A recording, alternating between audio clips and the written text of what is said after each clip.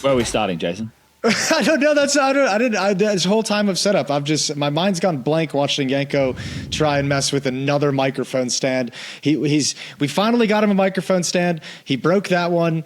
He showed up without a microphone stand, holding onto the mic. He went and got a microphone stand from Maui Snake. It's apparently 6 feet tall at all times, so he can't use it properly. So now he's still holding the microphone with the microphone stand. And this is why you're going to have your mic muted, Yanko, because we can hear all that. We can hear all of it. Can it go on the ground? I should have probably muted my mic during that demonstration. I'll mute it in post. All right.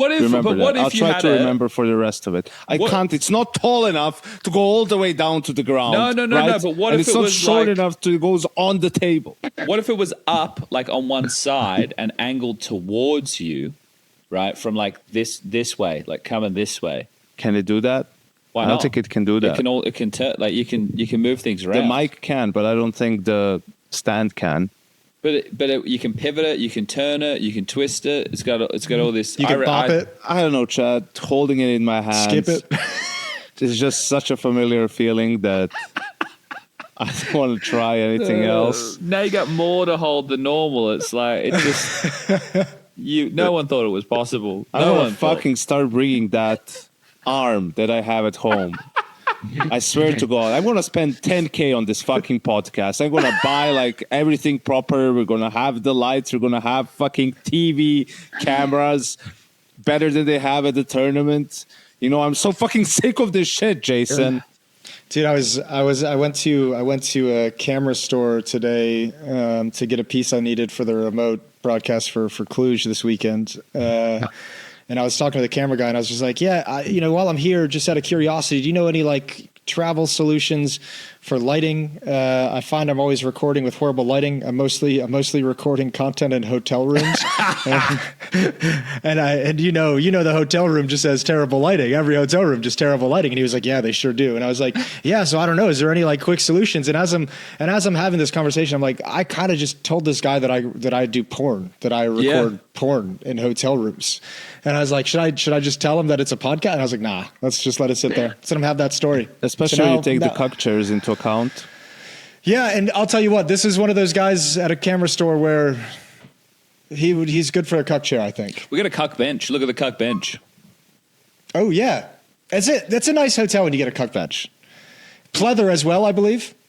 Yeah, look, just stain resistant, I think, is the preference with any cuck chairs. It's that feeling of fake leather on the skin that really gets you going. Yeah, but we think about the cleaners around here, Jason. I know that you're the tyrant with 1 million water bottles, not thinking about the people who have to come in and clean up your room. But I organize my 1 million water bottles into ornaments across the room. Now, Jason, I know that you've been keeping up to date with this. Is it Kaide, and Tens drama, Jason? I know that you've been on top of this.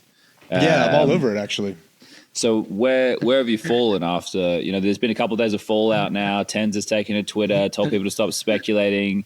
Then Jason the Ween, who was dating the sister of Kaide, they've broken up as well. There's a guy called John Choi who's been brought into the conversation, I think. It's really getting out of control. It's kind of heartbreaking when you see really relationships like this just demolished across the industry, isn't it? You just see it just snowballed into so many different lives impacted now. Yeah, and us talking about it. So it's now really here we making are. a dent. The butterfly effect really is real. How many times am I going to speak and forget to unmute myself in this episode? We should do an over and under on that. At least 10. 10's good.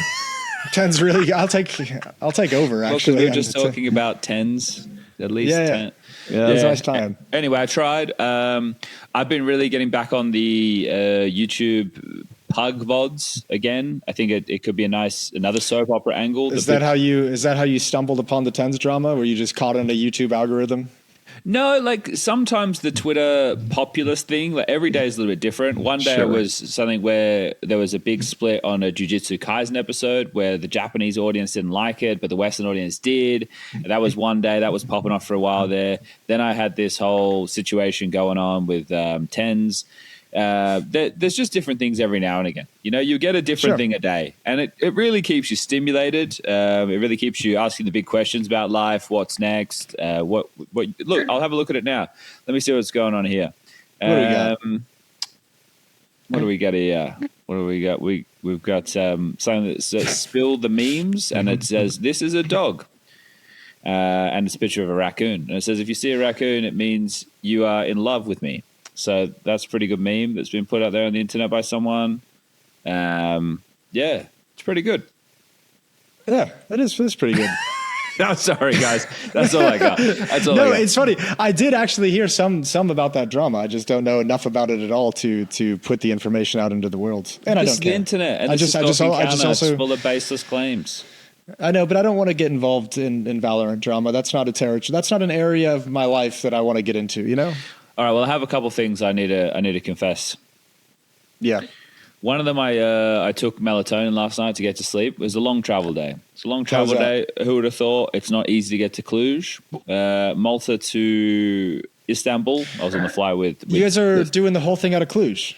Yes, we're not in Bucharest for the studio. Okay, I thought it was starting in Bucharest. Gotcha. No, not like last time. Everything's here. So we're in Cluj for the whole week and a half this time around. So it's a little bit different.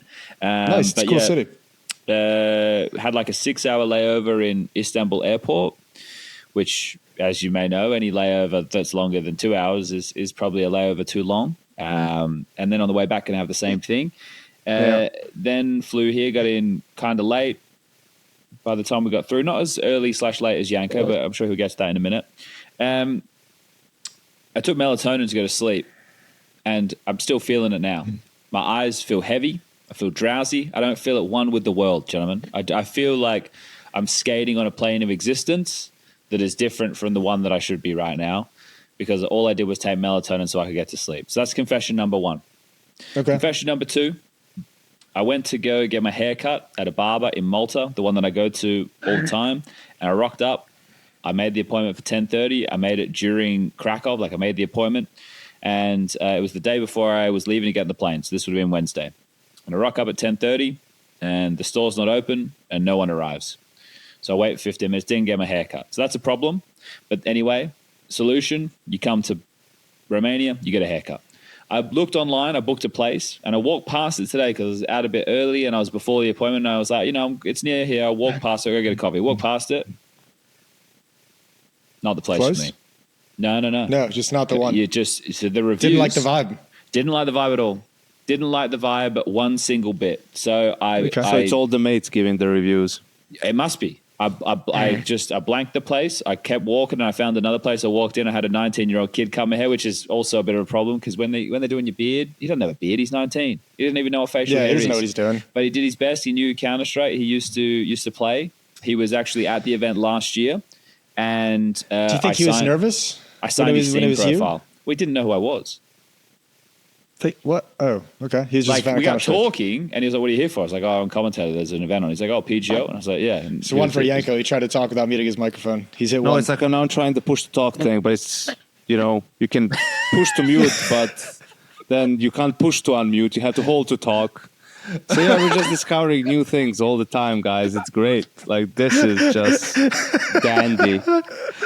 You've done it to yourself, man. It's been a year. It's falling apart for all of us, isn't it? Everything's coming. The wheels are coming off. Jason's I was got counting on chance, bringing the cables, doing the tech stuff, but we're just doing it. The 3 boxes. This gets more viewers. I can't help. Look, if Jason, no, we're gonna make the transition to the thumbnails for everything, and they want the old intro, the 3 boxes. And they want the 3 boxes. People click the 3 boxes, Jason. The old intro is going to come back. We're still going to make a new intro, but I'm obviously this new one didn't land the way I would have liked. So we're going to go back to the old intro, and we're going to retool moving forward. Is that a promise to the people, Jason? It's not a promise, Chad. It's a goddamn guarantee. Okay, nice. That's what we're looking for. Yeah, because the people, they're vocal. They love the audio. They really like the camera quality on the last one. I still think if they all knew that was just Harry Russell, yeah, the intro would land a little bit better. I feel like that's not widely enough known. Do they need to know? That's like any good artist. The art, it's better than the artist. I'm just going to say this. There's a lot of artists who could probably get away with the anonymity I think Harry's kind of a comedic presence that needs to be seen and felt and experienced. You know. You don't think he's You like kinda gotta Edward know. Norton in Kingdom of Heaven? What? No, see, he doesn't have that. He can't stand behind the iron mask and have everyone praise his acting chops. You know, he's not that kind of a guy. He needs to get a music kit in the game. That needs to be Harry's legacy. He needs to make a Yeah, song, he get does. the music kit in the game, and that could be Harry's legacy. It might be a good legacy. It might be a bad legacy. It might be a bad song. Maybe no one buys it. You never know. But then We've had worse legacies in CS when it comes to talent. That's true. Like legacy of the team themselves, actually. You said when it comes to talent. Sorry. Yeah, you did. It's all right. I jumped the gun there a little You bit. caught that joke halfway through the sentence and you couldn't get Yeah. off. It was fun. Yeah, it's hard when you have to push the talk. You never know if I'm done or did I just like forget to mute myself again. It's Is this what it was It's like tricky. when you were on the desk with JO? Yeah, sometimes there would just be that there. You'd have to pick it up, Chad. Poor JO, man. Well, Oh, I got dear. some ChatGPT right here if you want the old What are you going to Simon say? What are you going to say? Come on, Jason. Don't be so rude, man. Should we touch on I that didn't- now that I you actually- brought it up, or wait until later? We can, What, we the can jail talk thing? about it. Yeah, I was saying to Yanko I wanted to get a bit Wait, inside. Can we do one other thing first before we start getting into shit? Because once we get into shit, we're just going to start rolling with it. So let's get some housekeeping out of the way. Is that All right. fair? Yep. First things first, you guys would have noticed on the last episode we had some things we put in from Polymarket. We have signed on to work with them and partner up with them for Just some to be content. clear, you're not talking to me and Yanko. You're talking to the viewer, right? To the viewer, This is to the viewer. Yeah. This part, Just add this on your own without telling us, Jason. Ooh, I thought this would be a cool way to edit the episode. Yeah, I thought it'd be fun to just throw this in and surprise you guys. Yeah, we all having a good time yet? Yeah. No, Okay. this is to the viewer. This is me. I thought you guys would notice the shift in presentation, kind of a Yeah, kind of a I voice. did. What if the viewer didn't? I think I've honed a presentating voice, like a transitional presentation voice. Sorry, I'm derailing. But yeah, we've obviously partnered up with Polymarket, so you guys are going to see us doing some stuff with them throughout the episodes, some tweets on social media as well. So just so you guys know, we've partnered up with them for the next few months, so you'll be seeing them around for a while. So those are new partners, and we're excited to get underway with that.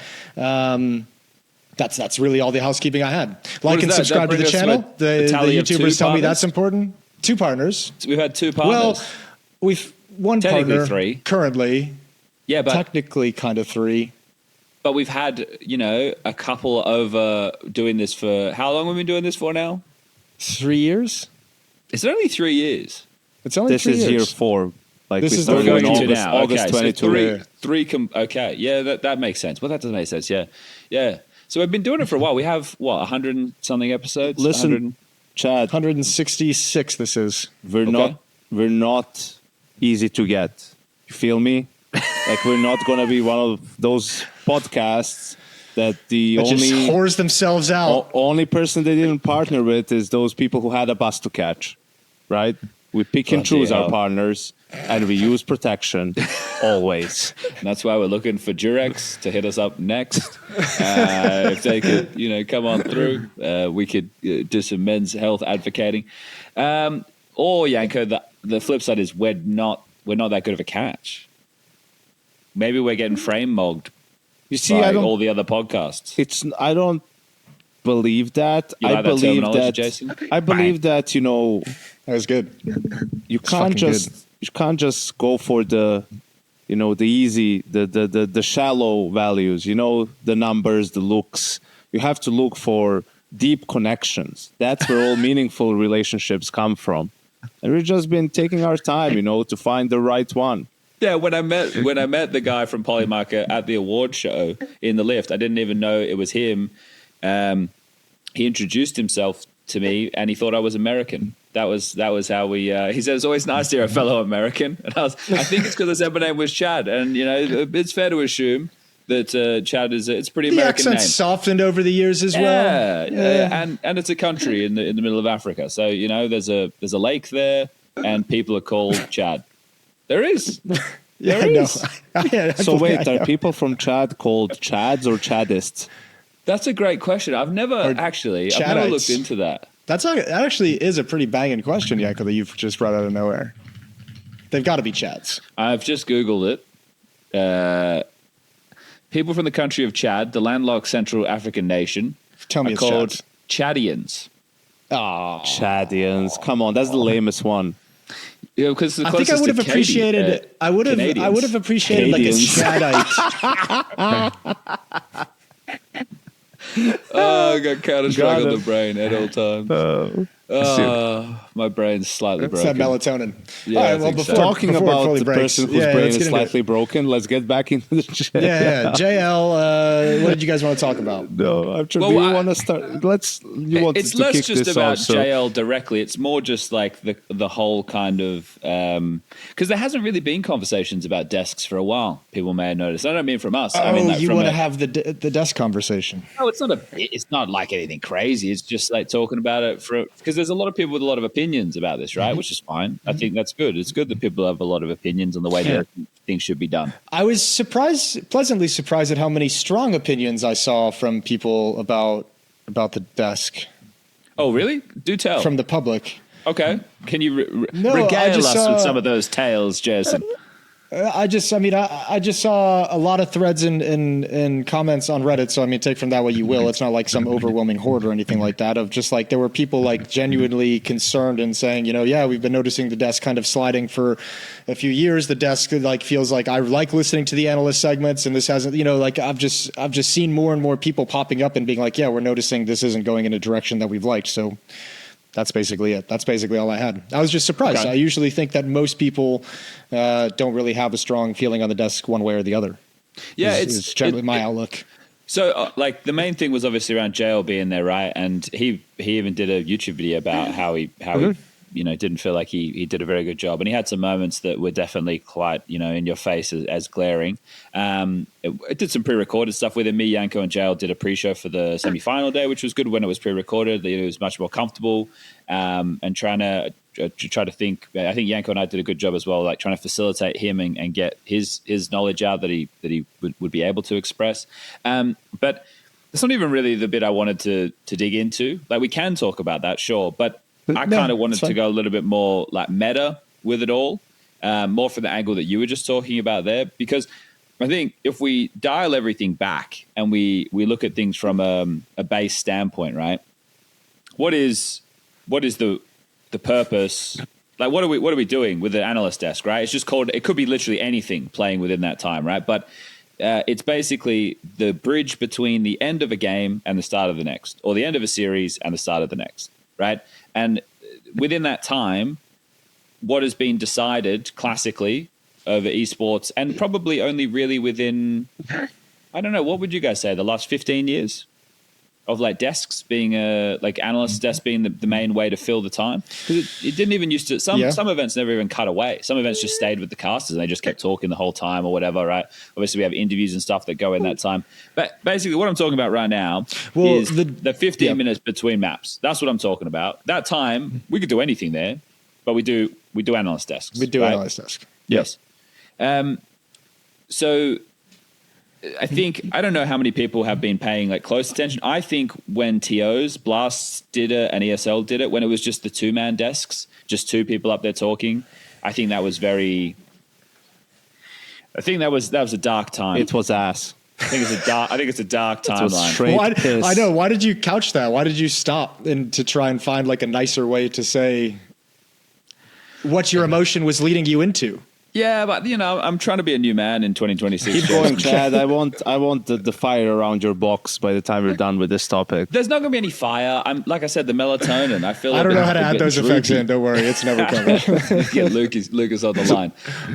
But I feel like I'm bumbling around it all right now. But one of the things that we're thinking about with all this, with broadcasting and Counter-Strike and on the screen and everything like that, is I think the direction that things were going for a while was not in a way that actually serviced what an analyst desk should be in my mind. I think what PGL do is they still do the classic formula, which is the tried and tested formula of what a desk is, and then they will occasionally introduce some new elements to that. Like obviously they've started doing this thing that shows the positions that players play on the maps, right? That's an element they've added to their desk segments last year, and I'm sure there'll be more of that stuff this year.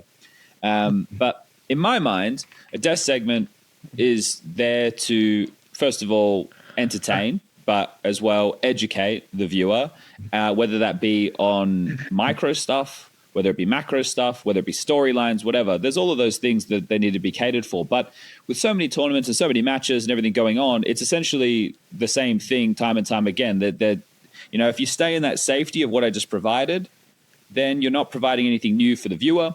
And one thing that we noticed when we did EPL a couple years ago was that if you offer the viewer a lot more, I don't know if it's randomness. Randomness might not be but it's just something they're not expecting to see within that time.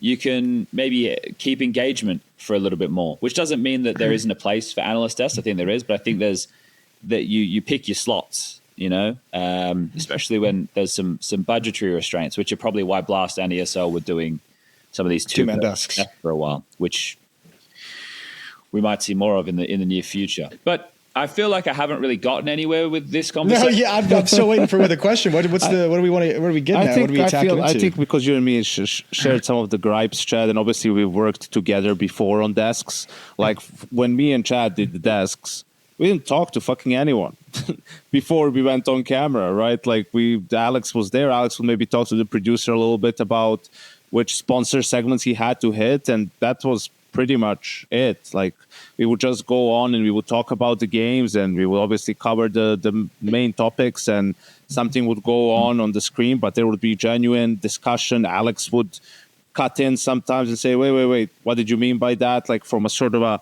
noobish perspective, someone who wasn't like a professional player or part of a professional team. And that's also his job as a host, is sometimes the analysts can get lost in the sauce. They can get distracted by the details and some high level talk, which then the host feels might be getting away from the casual viewer, and then he brings it back or wants some extra explanation on the topic, which I think is something that Alex was just a natural at. I don't think he was doing it like, it would click, this is my job now to cut in. He was like genuinely being a noob, yeah.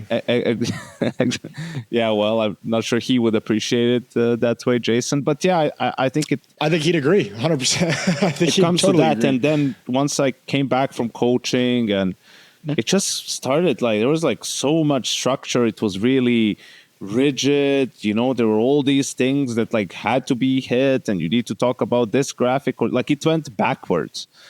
Instead of just, because what you want is the free-flowing discussion. You want people to be genuine, because that gives them an opportunity to also be entertaining, right? Like you don't want someone out there who's just going to list you either statistics or past matches or, like star player needs to do good and whatever. I mean, even the average viewer can know that, or they can look it up themselves. I always felt like, my job is to bring value from having perspective and experience that the average viewer doesn't have, and knowing, firsthand how these teams and players function, what it's like to be a coach of these teams, and bring that sort of perspective.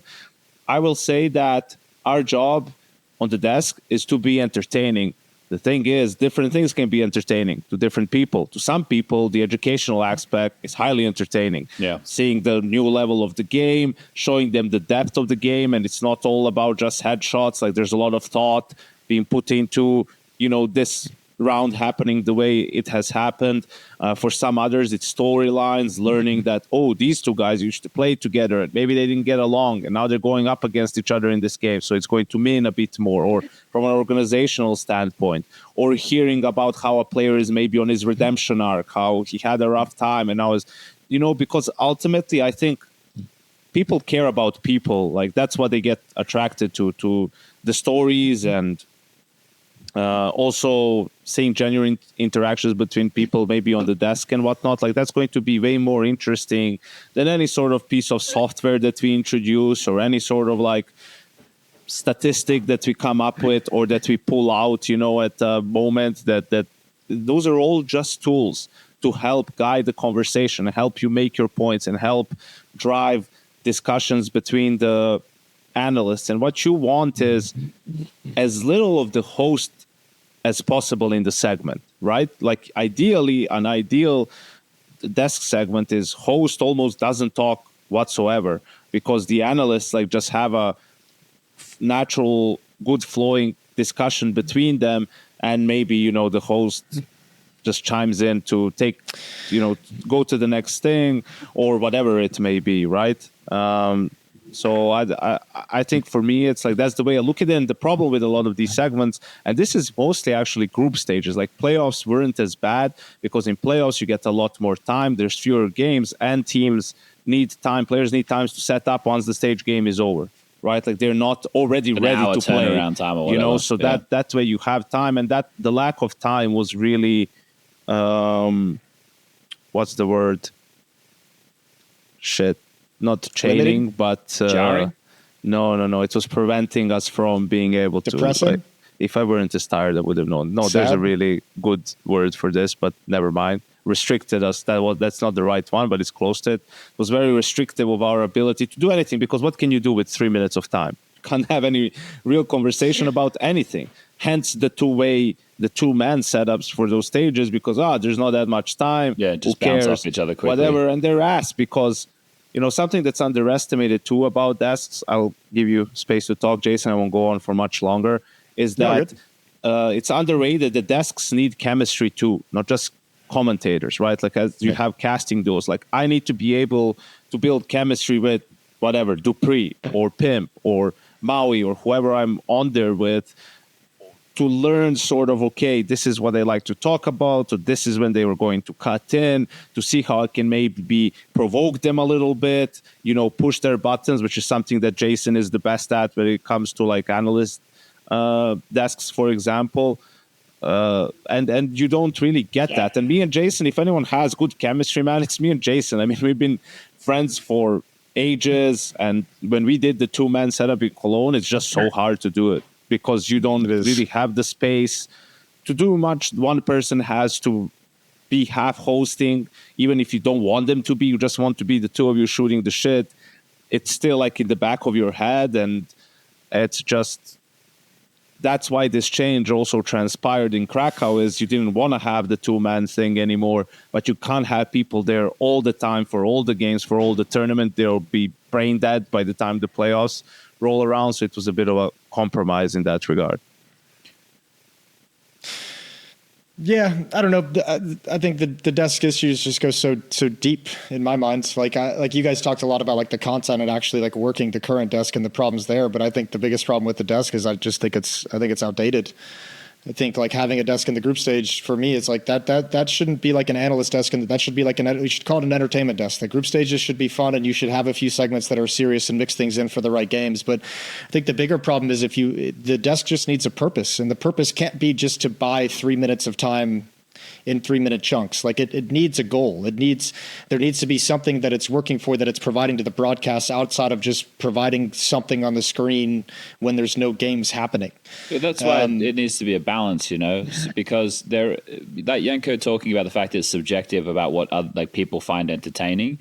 You need to be able to offer stuff up that is different so that you keep people engaged, but you also want to offer up enough so that people don't feel that what they like is being neglected.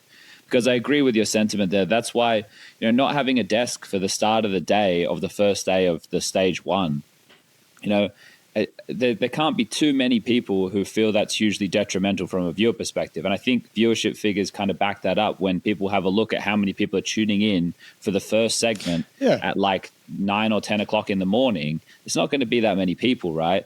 I think there has to be a point of understanding what resources you have available. And then, like you're saying, knowing when it needs to be a bit more serious, or when it needs to be a bit more fun, or when it needs to be somewhere in the middle. And how do you go about doing all those different things? Because I agree with the sentiment there, Jason, that like variety is key. That's what we have in our way people consume content. This variety. That's what keeps people on the fucking reels. It's just variety. And it keeps attention as well. But I think more than anything, it just needs more love and respect from the TOs that actually have them. I think that's the biggest crime right now. Is I think most TOs just don't have the willpower to be creative around some of these solutions for the analyst desk. I look at it this way: the desk is the only part of the broadcast that only exists in its 3-minute live format.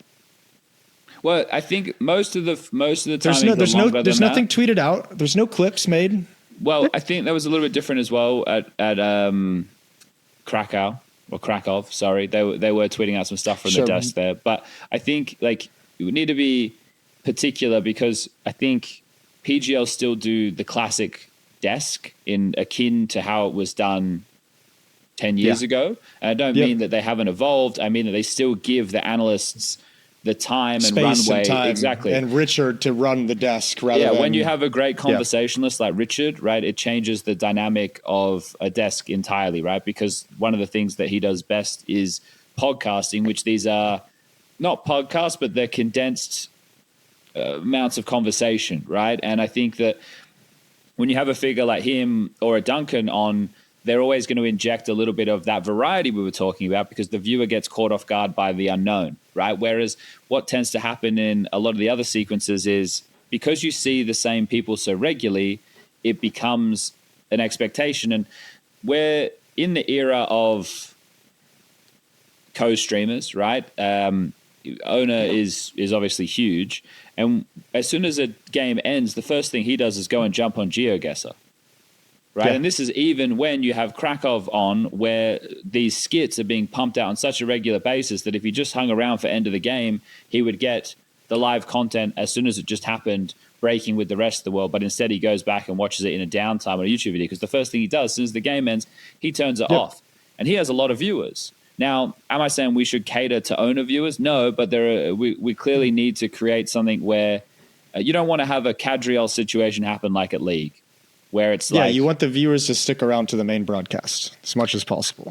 Yeah, and you want to give them a reason to want to do that, right? So anything like player related, I think like post-game interviews with the players at the desk where they come sit down and those conversations, if I'm a viewer, I'm staying around to watch those because it's not just, there's nothing, again, this isn't to discredit, people who are doing the post-game interviews, but when I know I'm getting a lengthier chat with the player at the desk, I know it's going to be a bit more in depth and they're going to have more time to ask different questions. So it creates a different dynamic within that interview. And I think those are always really good. I think they should keep the attention of people. And then it's, like you're both saying, it's finding that balance, right? Of what's entertaining, what's educational, when do we need to go into the numbers, when do we need to do a fun game show? It's essentially grabbing a lot of the concepts we did at EPO and finding a right place for them. But one of the things I did enjoy about having Dupree on the desk with Yanko and JL as well, in the first couple of days before JL got there was a lot of the games were 2-0 on the mainstream. And I had a lot of time to have conversations. And it was nice to hear different perspectives in a longer format, actually well articulated. And it was nice. It was just like, they weren't desk segments focusing on the game. It was like, let's say the game was a 13-5. What are they going to talk about for 20 minutes? No, the topic would go elsewhere and it would be Counter-Strike, but it would be, and you're going to hear Yanko and Dupree. Yeah. And I thought that was a good use of time. That was great. And that's one of those things where it's my first time also working with Dupree. So then also understanding, how much space does he normally take and getting into some of those details just on the desk takes a little bit of time to get used to, but I really enjoyed those segments as well. Like this is the first time in a long time that at an ESL event, the pre-playoff desk didn't just feel like a chore, and something to get through. It didn't feel like a job and felt like something that I actually also enjoyed. And I think just to touch a little bit on the whole co-streaming thing, like that's self-inflicted injuries. I can never really understand why are TOs giving co-streamers all of the production. Like, how many people would just watch the game and have to like observe himself, no caster audio, no camera shots, no player walkouts, no nothing. How many people will watch the tournament that way? Yeah, I wonder why. Like, this is an interesting question because I never really understood it. I remember I got into Flom about this on Twitter, but this was a long time ago. This would have been like 4 or 5 years ago. Where he brought this up on Vegas. He wanted to be able to co-stream, and I was like, but why? Like, you're not doing it. You're just doing live React content. And then the angle that I've heard is, they bring in a new viewer base. Well, not if they're endemic to Counter-Strike, right? Like, if we're talking about somebody like, I don't know, if Cadriel said he wanted to stream the Cologne major or whatever, it's like, yeah, okay, like, cool. He's going to bring in a League audience to watch Counter-Strike. But when it's a Counter-Strike person co-streaming a Counter-Strike thing, I agree with the sense of like, you are doing yourself a disservice as a TO, but clearly they don't see that way, Yanko. Well, I think it's just us that sees it that way. I think it's there's probably business concerns that we don't know about that are positive. I think it's more of a longer term issue in terms of right now you're chasing the metrics and you want those viewers so you can show your average hours watched or whichever fucking metric you're using this tournament to sell to the sponsors to get more money. And you have to, now they're falling into that trap where if they don't do that, their numbers fall. And if the competitors keep doing it, they have better numbers and blah, blah, blah, blah, blah. But they're bleeding their own viewership. Like, especially from their own product, especially the people, the numbers, especially the people who probably are, maybe willing to spend money on the product in some way, right? Like instead of focusing on the show and making as good of a show as you can and drawing people in that way, like word of mouth, and people hear, oh, this event is sick, like people have been, saying for different events, and then more people come the next time, and do that same thing for the online viewers in terms of, making a more interesting show in general. Skits help with that. A lot of different things help with that and draw more audience that way. No, you're whoring yourself out to these co-streamers to get that audience for what? So you can, of course, you show the sponsors on their stream too, and you use their numbers for your after event. It's like, what? Like that's one of the concepts that's not easy to wrap my head around from a business perspective, sort of long term. You're spending millions of dollars to put up this tournament, and you're giving all of this to someone for free. I don't feel like co-streamers pay for rights. They just have to put up. They just have to, put the sponsors up and the whatever, can't use competing sponsors, and that's all you get in return. And to say the numbers that are on their stream viewership, you count it as if they're watching the mainstream, which is again also disingenuous. Well, especially when I said that the owner clicks off as soon as it goes into anything that's not the game. So like if you are one of these sponsors being sold on these hours watched or minutes watched, and he streams up the whole time, well, when the desk's up and they're doing there's the graphics on screen, or that they're not seeing it there, right? So, but that's it. It's all propped up on this. That all sounds great. I feel like there's got to be something that we just don't know on like the business back end of how that relationship operates. Like there's got to be something more positive than just viewership numbers. Sound like donkeys, Jason? And no, I think we sound completely. I think we sound completely intelligent and reasonable, but that's kind of the reason why I think there's something we're missing. We normally sound a little bit crazy, We normally sound a little bit psycho. Yeah. Well, I think Yanko's right in the sense that they can just use those numbers and show the sponsors like, oh yeah, we were also being streamed here, here, and here. I think that that makes sense, but it's I think where it started and what it is now and maybe what it'll become in the future. Because you're good, Yanko. Stop panicking. We can see him. We see, like we're talking about the desk, and Jason, you're saying, you read some comments where people were talking about its decline or deterioration or whatever. It's one of these things where if something's going to go from a broadcast first, that would be it, right? Like the desk would be it. That'll be the first thing that the desk is on that like the fucking conveyor belt with a pit of fire at the other end, right? Like it's just the next thing to fall off. Yeah, if they continue to want to save money or they want to do like a brand refresh or something like that and go from a different angle, it's one of these scenarios where that's why, and there's going to be a lot of YouTube comments regarding this where people are going, I like the desk because of this, or I like it when it's this type of content. That just proves the point, right? You're never going to satiate the larger viewer base. Yeah. Sorry. So no, you're on your I know it's changed. Can I leave and come back? I think so. Yeah. Just making my life harder. He's going to be fine. Fuck this guy. What's the time? At 39 minutes on the nose, Yanko leaves. So that's all right. We'll tread water for him. That's all right. No, it's all good. It's another hour of editing. Use the Polymarket money, Jason. Pay someone. We had some breaking news, though, Chad, in the last 20 minutes. Is this the PassionUA thing? It is the PassionUA thing. They have officially signed Try and Senzu. The cable just got the cable got screwed, so then I have to go back and come back. Yeah, rejoin. Did you move on completely? You started to move on to Passion. We were just did like a treading water first while sentence you into were- Passion. All right. Yeah. Before you get into that, let's just touch on the JL thing as well. Okay. No, just Okay, a little sure. bit, just to give a perspective for someone who's actually worked with the guy as well. Sure. Well, outside of Chad a little bit.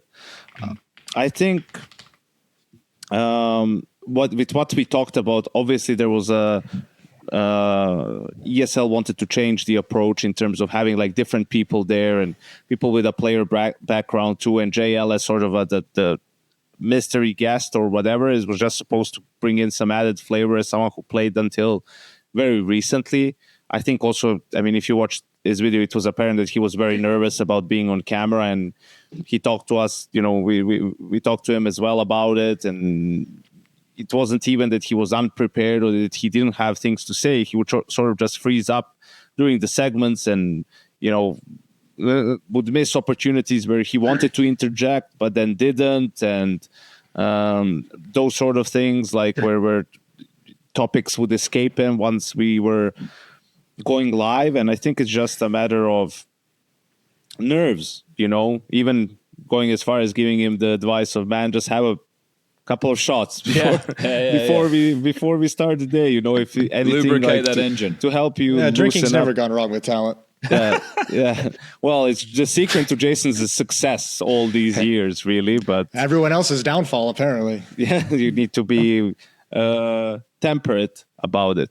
But yeah, I think it wasn't that he didn't have insight. It just like he didn't provide as much of it as you would expect from him, considering his, you know, position. He was the fifth ranked player in 2024, closer of the year, major MVP, right? I think he definitely has that insight. And I think you've seen some of it in the pre-show that he did with me and Chad. Like Chad mentioned some of those final day segments with Shocks too, right? Where he's not necessarily in the main spotlight. For example, the info he gave for, you know, the 24 hours from the moment the first game ends in the quarterfinal game until the semifinal game. I think stuff like that is super insightful. That's why he was brought there.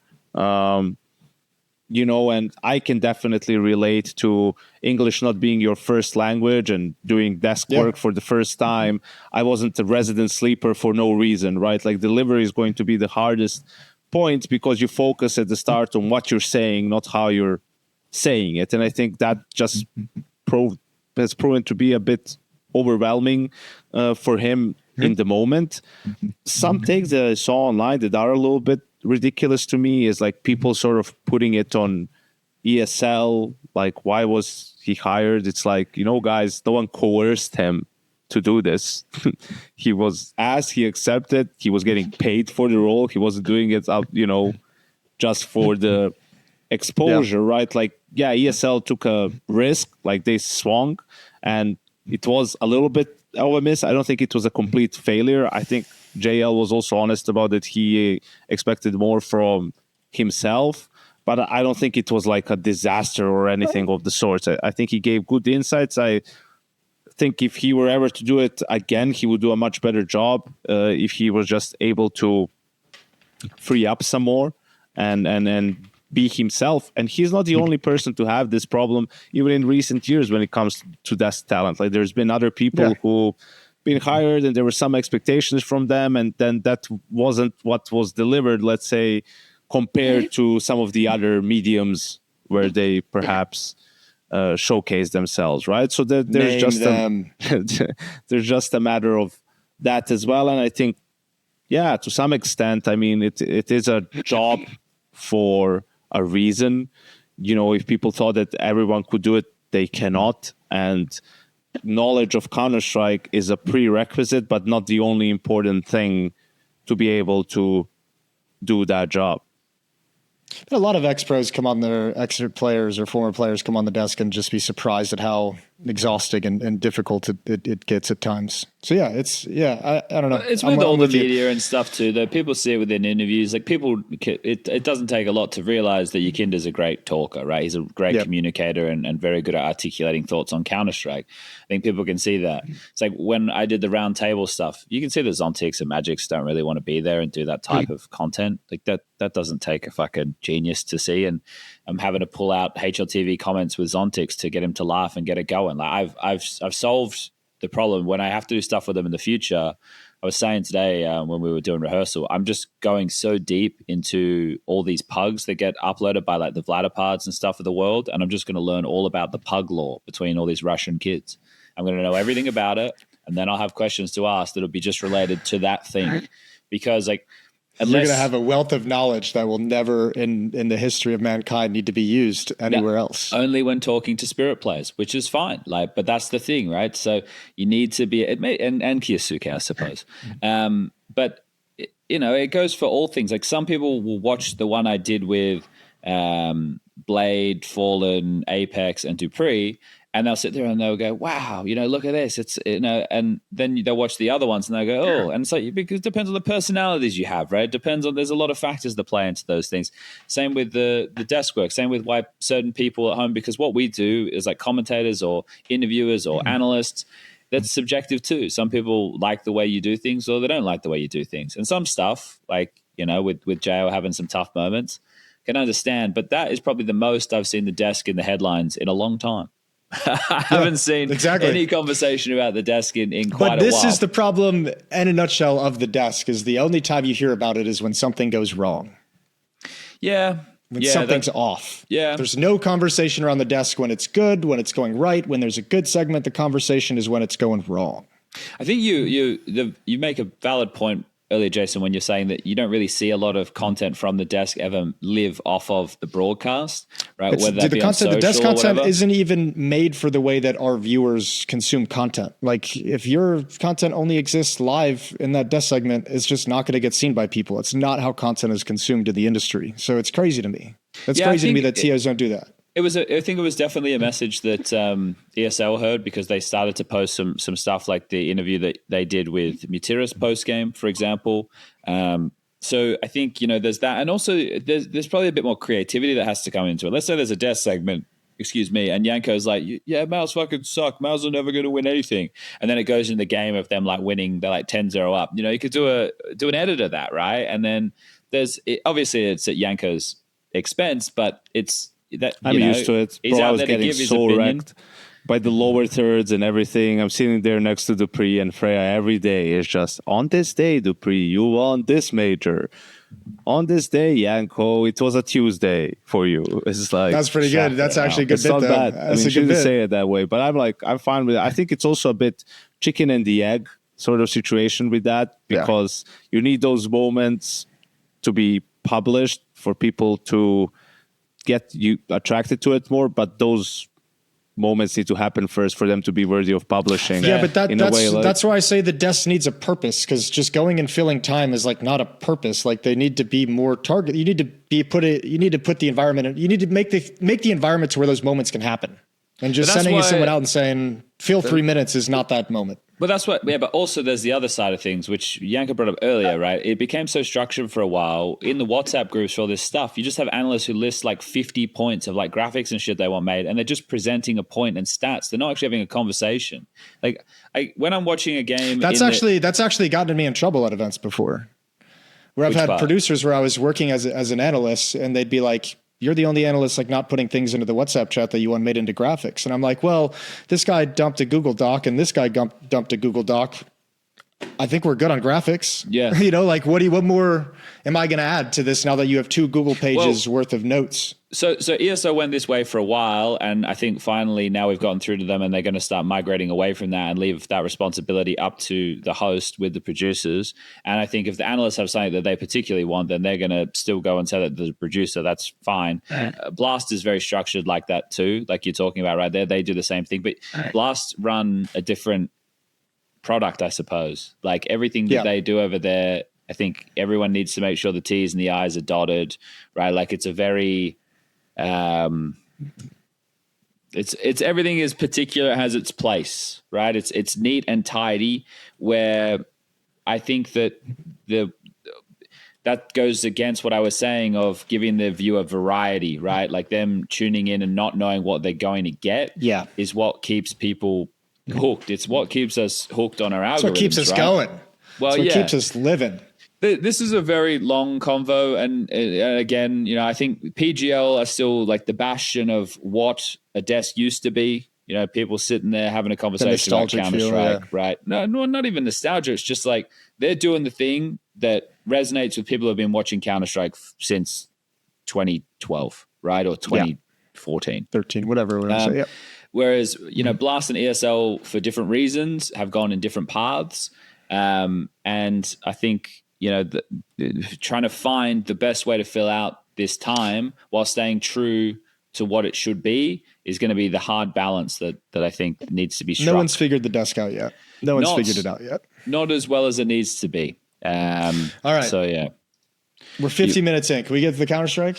Well, this is Counter-Strike, Jason. It's Counter-Strike with Jason. Let's get to the passion stuff. Okay, well, it's probably good that we waited because now they've also announced Senzu as well. Yeah, that's on my headline too from a while ago. Well, that only happened. They updated a little bit later. Yeah. It's cool. Like I didn't know they came in two. Now they have Senzu, so now it's both. Yeah, Try and Senzu have both joined and signed to PassionUA. I actually didn't go through and see, but it appears those rumors are true. So Halzerk is out. Yeah, I heard that they were trying to get rid of him over Christmas. So I guess they couldn't find anybody at the time. I'm curious. Yeah, well, it's the way you phrase it that stuck out in my head of like get rid of him, as if I don't know. Like I would wonder if are they trying to replace him, or is it so much of the travel like he can't come to the States, like he's never been able to get that visa. That's always been an eternal problem. Well, maybe so is there something with the travel complications that I didn't, maybe a little bit of column B, yeah, potentially. No, it's not that you're wrong. It's just I was curious. How's it to phase? So no, okay. Just me. I'm just throwing. I'm not wildly against it in any way. Just throwing things out there. Just trying, seeing where things land on the ear. Will Halzerk have a team before the major? Throwing more things out there. Yes. Wow. Okay. Well, will it be a team at the major? Yes. I was doing it too, Jason, because you were the first one to say yes. that thing. Going double yes offers, man. Everyone needs an offer. It's always a double-edged sword when it comes to things like that, because on one side, you're thinking, yeah, he's had like good flashes. I mean, there's a lack of good offers now. A lot of teams, you can say, are struggling to fill the position with someone who can be good on a consistent basis. But on the other side, it's like, why do they don't want it? You know? No offense to Passion, but if he's not good enough for Passion, why would he be good enough for FaZe or for Liquid or whoever you want to throw in that conversation? You know? Maybe it's just that he was part of the core for so long and they wanted to try something different, right? And by getting Try, they keep their regional allocation. Because they got rid of Nyx, they needed to get somebody who is from the Americas region to keep the allocation, right? So the fact that they bring in Try keeps them as an American team for VRS purposes, and Senzu doesn't change that balance. And they didn't bring Senzu as an opera in either, which is kind of crazy. He wanted to do it. Well, this is where I'm a little bit interested because I'm glad they didn't. But don't you think it's strange that, like, role-wise, Nyx would play anchor positions? Senzu's not going to play anchor positions, and nor's Kvem. So Senzu and Kvem are going to be your more active riflers alongside of JT, who's pack in-game leader. What that mean? Are you talking? I'm just thinking of the role. The role. I think it's also I don't think it's bad, but I also think for a team where PassionUA was, just the opportunity and the ability to get Senzu is like you'll take maybe a couple of hits in terms of roles. You know. Sure. Like if someone has to move to anchor roles who used to be in more active roles, but you get to have Senzu play Cat on Mirage, like you'll do that if you're PassionUA, right? If it's a team that's more established and has higher aspirations or was in a better place, yeah, then you might be more concerned. But here you just get such an immense upgrade in terms of firepower where, all right, you'll be willing to take a hit in terms of the roles not matching completely because just the output from the player will probably make up for it. You think there's anything to the fact that Passion haven't announced who Senzu's coming in for yet? Isn't it Nyx? They haven't. That's just you heard TV that article. chat and you thought it was announced, and now you spilled the beans. That's what the rumor was a week ago that was posted, was that Passion was looking at Try and Senzu for Nix and Halzerk. But look at the tweets. This announcement that Nix and Halzerk have made in the last 24 hours, bro. Okay. What do you mean, bro? Do you think I wake up and check Nix's Twitter account? Like, what are we doing? We want it in the episode now, chat. Jason, if it's not in the episode, take a look at that one. Yeah, don't worry. I'll make a note of it. We'll add that into the editing. Well, he already is upset he has to edit because you dropped out of the call, so the guy can't. Yeah. I now have 3 video files of Yanko in this episode to work with. Yeah, but one of them is 2 seconds long. Don't worry about that one. So what do you think about these kind of tweets, right? Like those tweets right there, and then you've got Halzerk's obviously being replaced by Try, right? With that one, we don't need a fucking rocket science to work out or scientist. Yeah. That's what I'm saying. If you're thinking roles, do you think there's a world in which they're also having that conversation right now of okay, do we replace Nix? Do we replace Kvem as a new guy? Senzu's only on loan, so maybe someone's just getting benched temporarily. I'm just making sure I'm reading the news correctly. Senzu's only on loan. Yeah, but I think that's just them not maybe wanting to test it. Usually teams don't want to do loans. He's not on loan. Yeah, he is. Says right here. He says he's on loan. have announced the signing of Senzu on loan. Yeah, you're right. Yeah. I think that's the definition of. I looked at the signing part. Yeah. I didn't get to the end of the I just think sentence. it's usually the team that benches the player wants him sold to make money off of him, but sometimes they just don't want him on someone else to take over the salary. At the very least, there's probably a small fee being paid in addition to that. And obviously the team that's taking the player gets a huge benefit of basically having a trial run with him, right? Like getting to see what he's like firsthand, what his English is like. That's maybe the language barrier they want to test. Yeah. That's going to be a huge, I think, problem. Mate, even when he did that face it pug that I set up for the fucking ESL content, but last Pro League season, he said to me after that, and it's on tape, saying, yeah, the English was hard. And that was in a pug setting where most of the players were fucking Russian. We're not talking the highest levels of English that are coming out here, right? So unless he's really working on that, it is going to be tough, or it'll be at least a steep curve. But Passion, I think another important key here is what triggered this, because like I said, I heard stuff about them wanting to replace Halzerk over Christmas, but what are their last results? Obviously not good. Well, here's the thing as well, right? Passion hasn't been a team that's been lighting it up for a while now. Obviously, ever since departure of Elige, when they were still Complexity, they couldn't replicate some of the results that they had with him, and arguably some of that was just start of CS2, and maybe they were just the instability there, and getting used to the game faster, whatever. I think a good way to put it is this way. Right now, they're number 7 in the Americas VRS. Ahead of them are obviously Fury is number 1, then it's Energy, Legacy, Pain, MAT, MIBR, and then it's Passion. How, where do we feel with these 2 players they will be a month or 2 from now with these changes? How do you think they will be better at all? Who can they overtake some of these teams? Don't think about the VRS and whether they will have the opportunity. Just think about, do you consider the caliber them of Counter-Strike they'll play? Yeah, and the teams that they're competing with for, let's say, the America spots. Roman Imperium They're playing Cup. at the Roman Imperium Cup, Pro League Season 23, IEM Rio, IEM Atlanta are their next 4 events listed. Only 2 that matter in the... I know Yanka said not to worry about the VRS implications, but the only 2 that matter for the VRS just hardwired to your brain, Chad. I know the Imperium Cup and EPL. And EPL's online. And the Roman Imperium Cup is going to be pretty tough. I was looking at the teams before because the 100 T's are over there. Passion, NIP, Gentlemates, Monty, BetBoom, Fnatic, Eyeballers, Hatu, Bestia. They're in a group with Rebels, 100 Thieves, Algo, and Hatu. They should get out of that group, no problem. I don't know about no problem. New roster, it's going to be tough.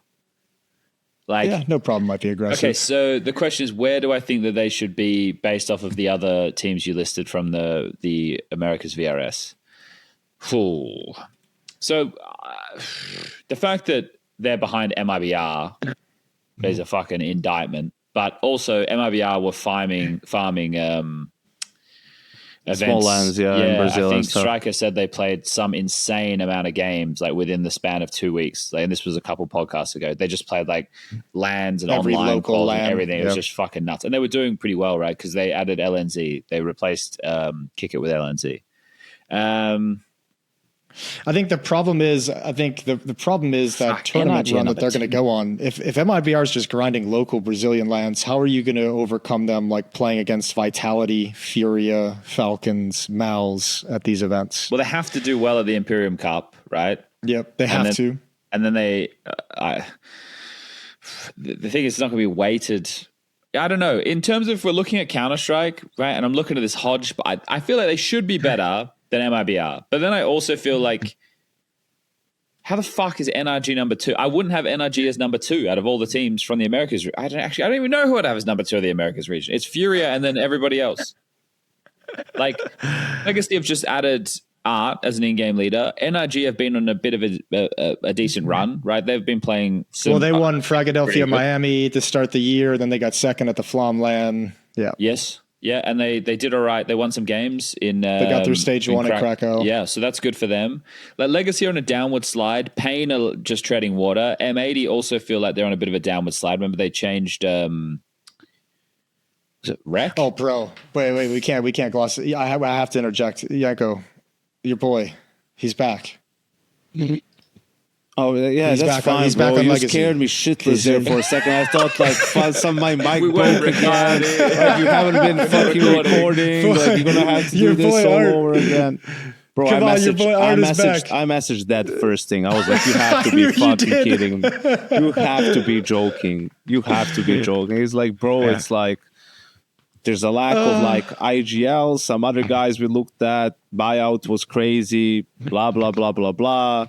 He's for free. It's a short-term option, something like that. I'm like, that's all just cope, man. He knows it's his last shot, right? Like he knows it's like a opportunity he never should have gotten or something, right? Like to play with these players or a team that has all these opportunities. I'm like, nah, I ain't buying all that. You're like, I get it that you needed a player, and he is a player who has called rounds in the past, but I'm not buying that whatsoever. At least I have my 0-3 for the next major. Oh, dear. Oh, it's so funny. How old are you guys, just by guessing without looking, how old do you reckon Try is? 24. I would have said like 23, 22. He's 21. It feels like he's been on our screens for Wow. a while. Nice. Yeah, I've seen him around for a while. Yeah, I he's thought- not new. Yeah, not by any means. That's kind of cool.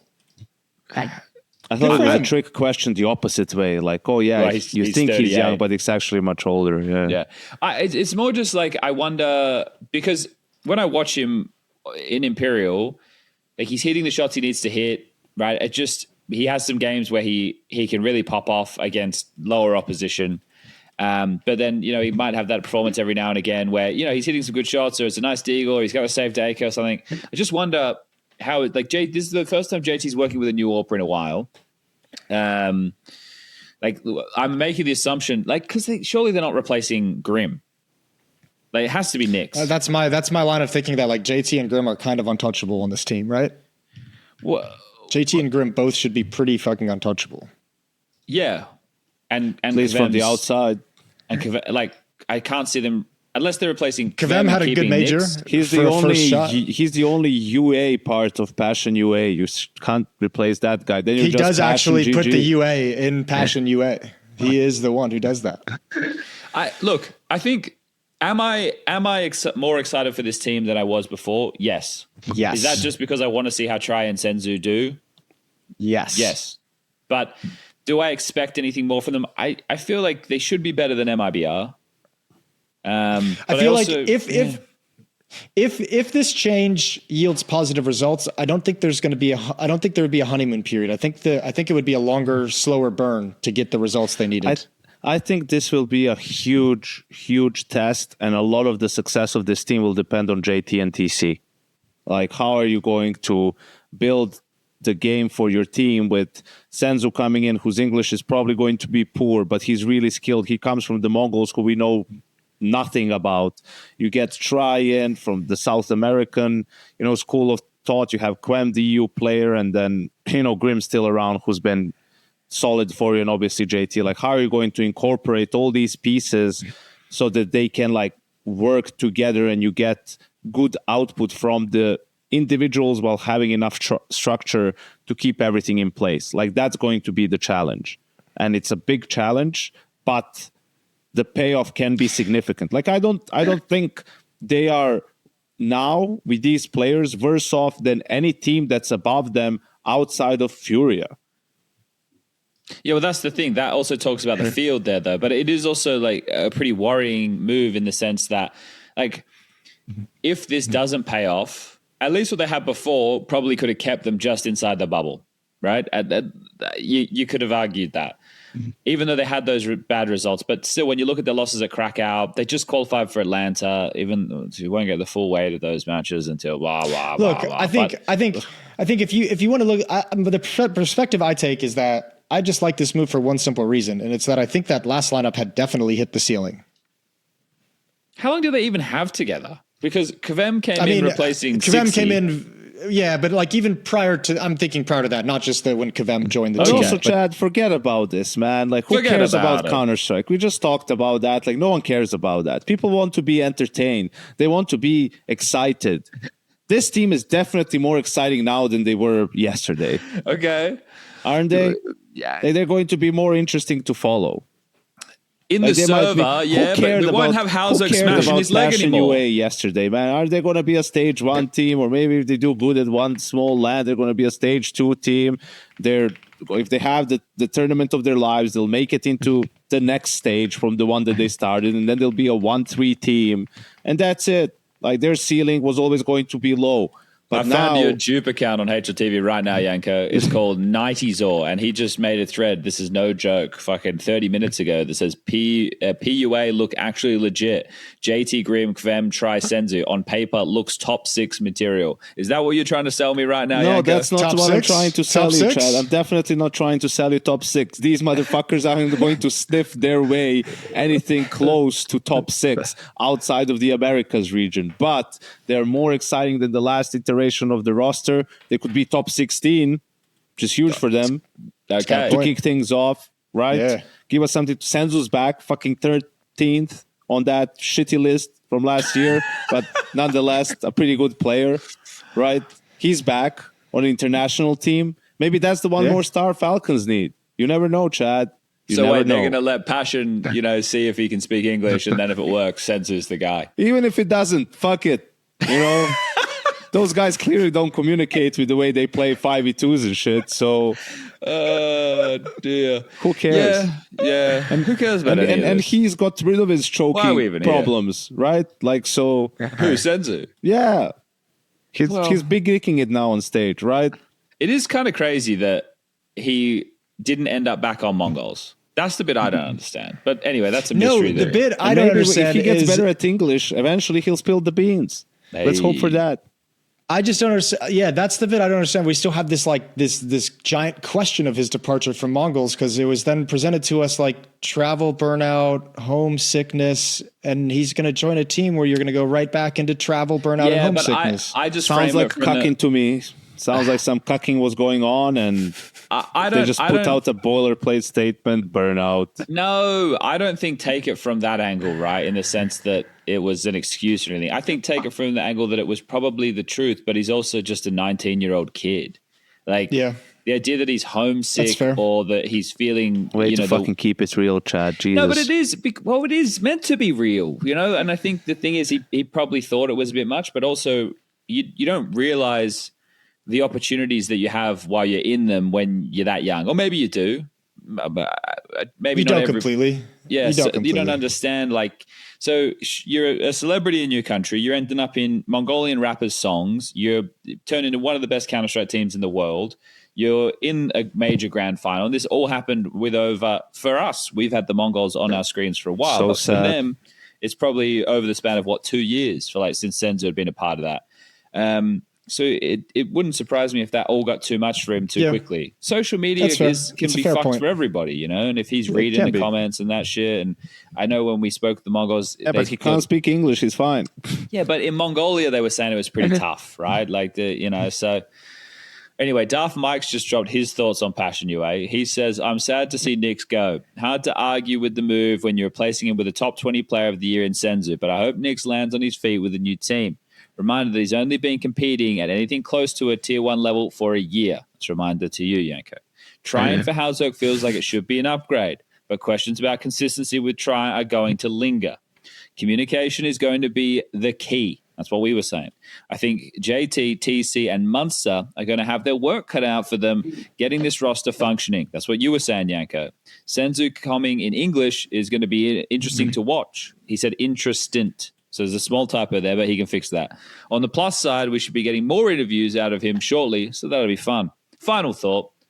This is distinctly no longer an NA roster. Grim is still there, yes. And JT and TC hold a fond place in NA's hearts for their many years in the scene. But PassionUA is kill. This is truly an international team. Why did this sound like a JL segment? I just read in a tweet. And I thought, the last bit really, as Jason, who flies the flag for the United States, where'd he go? I got Jason. I got him good. Where'd he go? He disappeared. I'm here. I'm fine. It's all good. Jason, as Mr. America, how do you feel about them no longer being a North American roster? I mean, personally, I'm fine with it. I mean, how are we going to make the argument? I mean, we were still going to cheer for him. We still like our boy Grim. I think there's still going to be a lot of North American fans, but I don't give a fuck what the official designation is. Like, I don't know. That's the American way.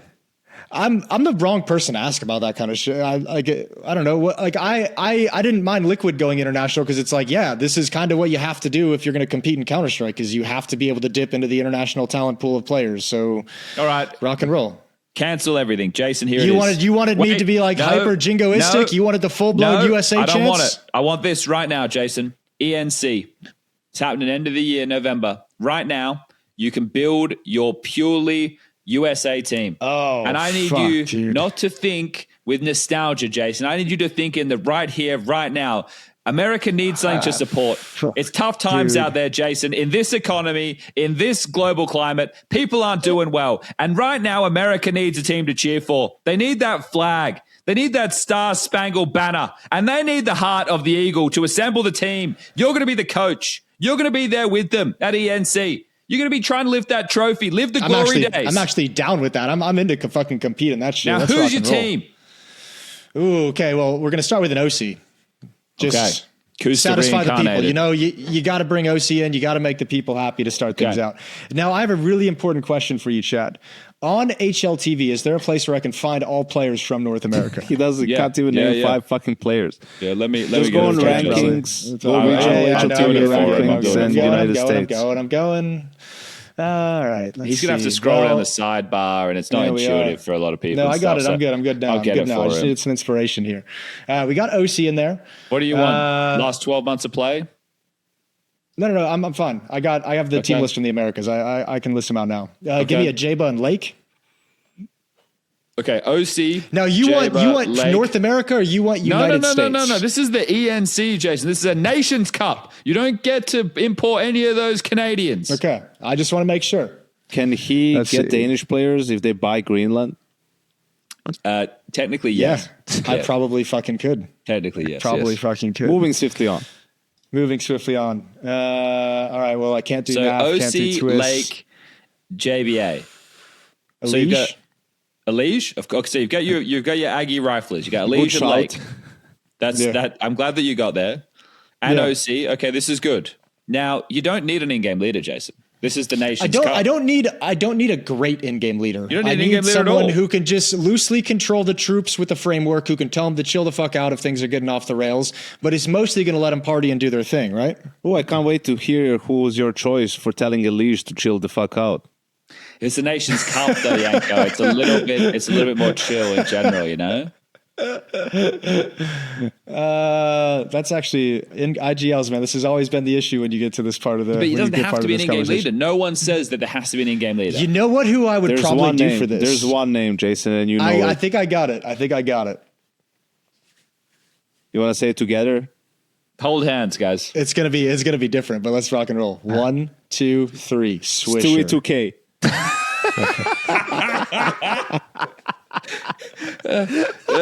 He got you. He got you right. Got there. him again. He got you right. Oh, that actually is the winning solution. Bring me Red Rover. Get Stewie 2K right over. Did you say Swisher, Yanko? I mean, Jason? I did, yeah. Swish would be a good person to slot in as that IGL.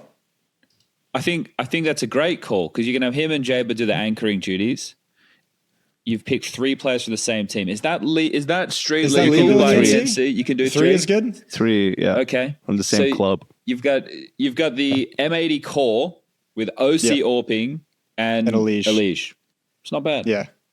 It's not bad. And Swish is good. What we hear from Lake is Swish is good for like the intangibles, you know? The utility work, the backup guy. He's just a very intuitive, supportive element in the team. Good to know if he's good for something. Okay. Thank you. Well, yeah, you're a bit sharper in recent time. All right, let's not be let's that leave. coffee's kicking in. That's not too shabby, actually. I would coach that team I'd lift an NC trophy. You can apply.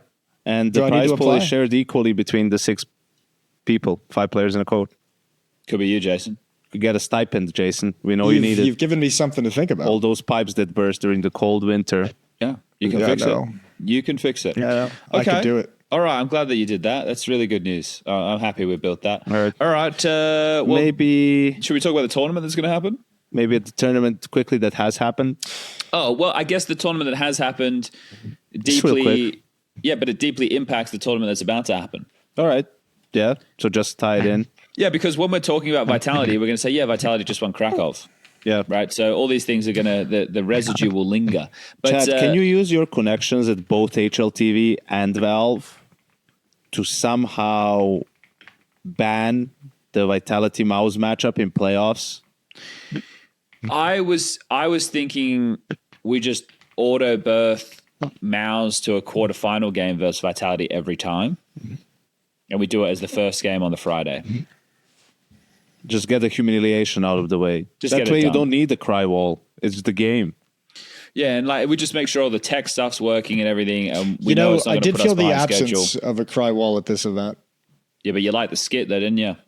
I noticed the absence of the cry wall. Yeah, it was good. Yeah, some people had a real issue with in the comments I was reading. Some people were like, it's bad taste with a coffin. It's like it's a fucking skit.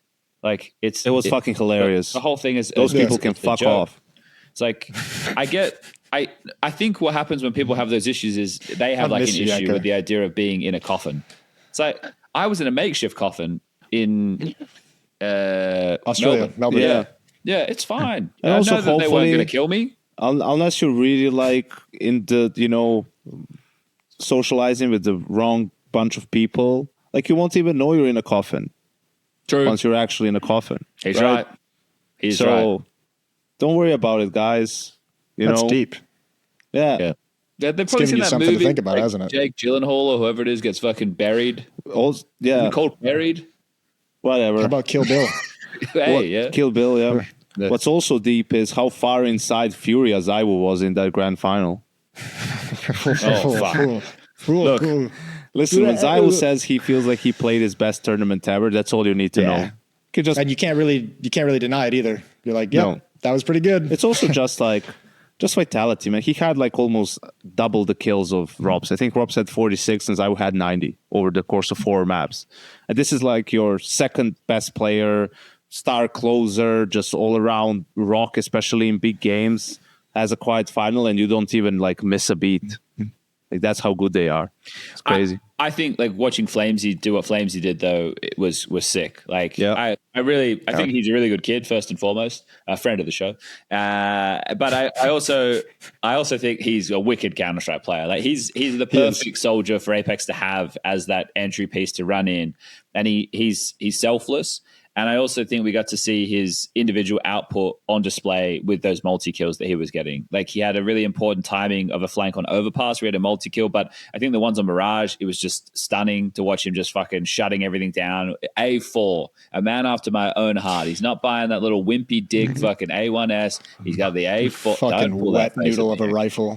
Everyone knows the A4 is the aimers. So, all right? It's a brr, and you're dead. It's just juicy. But yeah, I really liked watching the Flamesy output. And while watching the game, I'm going, like, Zywoo's a great Counter-Strike player. One of the absolute best Counter-Strike players of all time, right? And some people might call him their GOAT. That's cool. I don't want to get in that conversation. But what I mean is he's in the elite category with the Neos, the Forests, the Simples, the Zywoos, and what Donk will become, right? That's an elite group. That is actually like that's my top-notch group right there. But watching him play that final and dominate the way that he dominated, his like read of the game there. Did you guys read the interview that was on Reddit that was translated from French to English? I haven't read it. I saw it. I haven't read it. The stuff about him is so crazy. It's like, so last year he was playing some mobile game or something throughout the entire Austin major, wasn't he? Yeah, or something. I don't know what the game was exactly, but he was he was staying up late playing that. But then the other angle was that that when they're in the slump in the second half of the year, instead of like, he would try to play more to get out of the slump, and it didn't work. So now he's just back to, he only plays when it's pracs and stuff. So that's freakish, dude. I don't know if I've ever heard a pro player kind of doing that at his level of play. You know, like, true. Yeah, it's probably the closest one. I guess that actually is probably the closest one. It's one of the other GOATs. Yeah, but that's the thing. He's also Forrest also seems so nonchalant about it too. Like, one of the things, and a lot of our audience won't know this unless they're the boomers who are listening, is that Forrest was such. Is enigma the right word? You never really got to hear from Forrest when Forrest was the best. Forrest only started to grow a public persona and personality. Well, he had a persona. It was being fucking sick kind of Counter-Strike. But he would never. He was a great person to have on camera, but he wouldn't do the talking. Like, he was always the goofy. Stuff, yeah. No, it was only in the CS:GO. I remember when in the CS:GO days at the start, he started doing the eyebrow thing and playing with the camera a bit more and all that type of stuff. When all that kicked off, I was like, oh, this is like a different guy. Oh, it's the same guy, but finally he's coming out of his shell a little bit more. And Zywoo, it's not that he isn't out of his shell, but he also says in that interview that he doesn't like being the center of attention and stuff, and he dreads the award show because he knows like weeks in advance that he's going to get out there and talk in front of people and shit. And it's just so wild that when you look at this guy in the level of output and the flow state he can get into the game, it just makes it look so effortless. I think that's the thing with Zywoo. It looks effortless. He never looks like he's straining the game or himself. Yeah, absolutely. And I think it's a great contrast to what we talked about Flamesy, right? And there's, as we said, Zywoo falls into that select few that are in the elite category. And when you have that amount of talent, you can get away with things and you have your own way that you function. And another similarity between Forrest and Zywoo is like they don't have this nasty ego on the side, right? Like that makes them a bad teammate or anything like that. You know, they're always like willing to listen to their teammates, do whatever it takes, except play more Counter-Strike.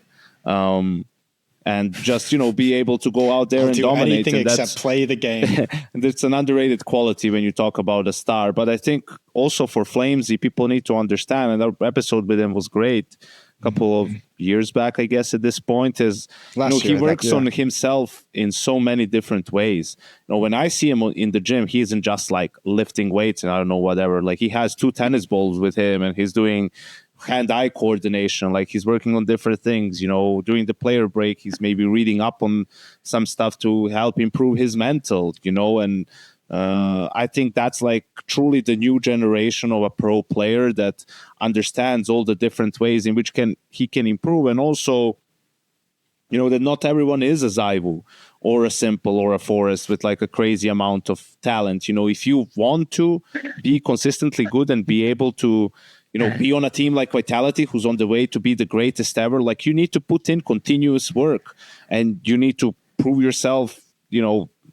Prove yourself probably isn't the right way to put it, but just contribute and get better almost every single day, right? And I think that's why he's such a likable figure too. Just his personality also really helps with that. But I think that's why you see him in moments like these where maybe someone goes missing and, he shows up with a couple of key maps or key rounds where maybe it looks like, the other team is gaining some momentum and just completely stops it in their tracks. Shout out to Flamesy one time. People don't like it when we say shout out to Flamesy one time. I think they go, what does it mean? It doesn't really mean anything. It doesn't really mean anything when you say that. But just means we're giving him one shout out. Look, I've been high on Vitality. I was high on Vitality all last season, especially with the run into the major. I was using the term of it being their Viagra. I think that their learnings from the player break last year going into the second half, the second season, I think they have a lot of learnings from that are going to make them stronger and understand maybe some of the mental pitfalls that they fell into last time round.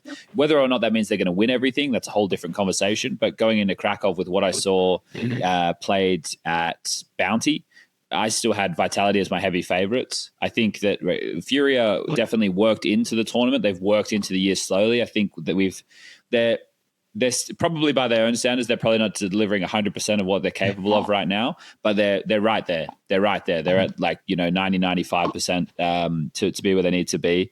So I think that they also slowly building a bit of this resilience that's going to be necessary in games against Vitality, especially if they play more best of fives. So that's going to be something to keep an eye on there. But yeah, I had Vitality as favorites to win this, and I also still have them as favorites to win Cluj. Because I asked myself how much can change within the span of a couple of days. Mm-hmm.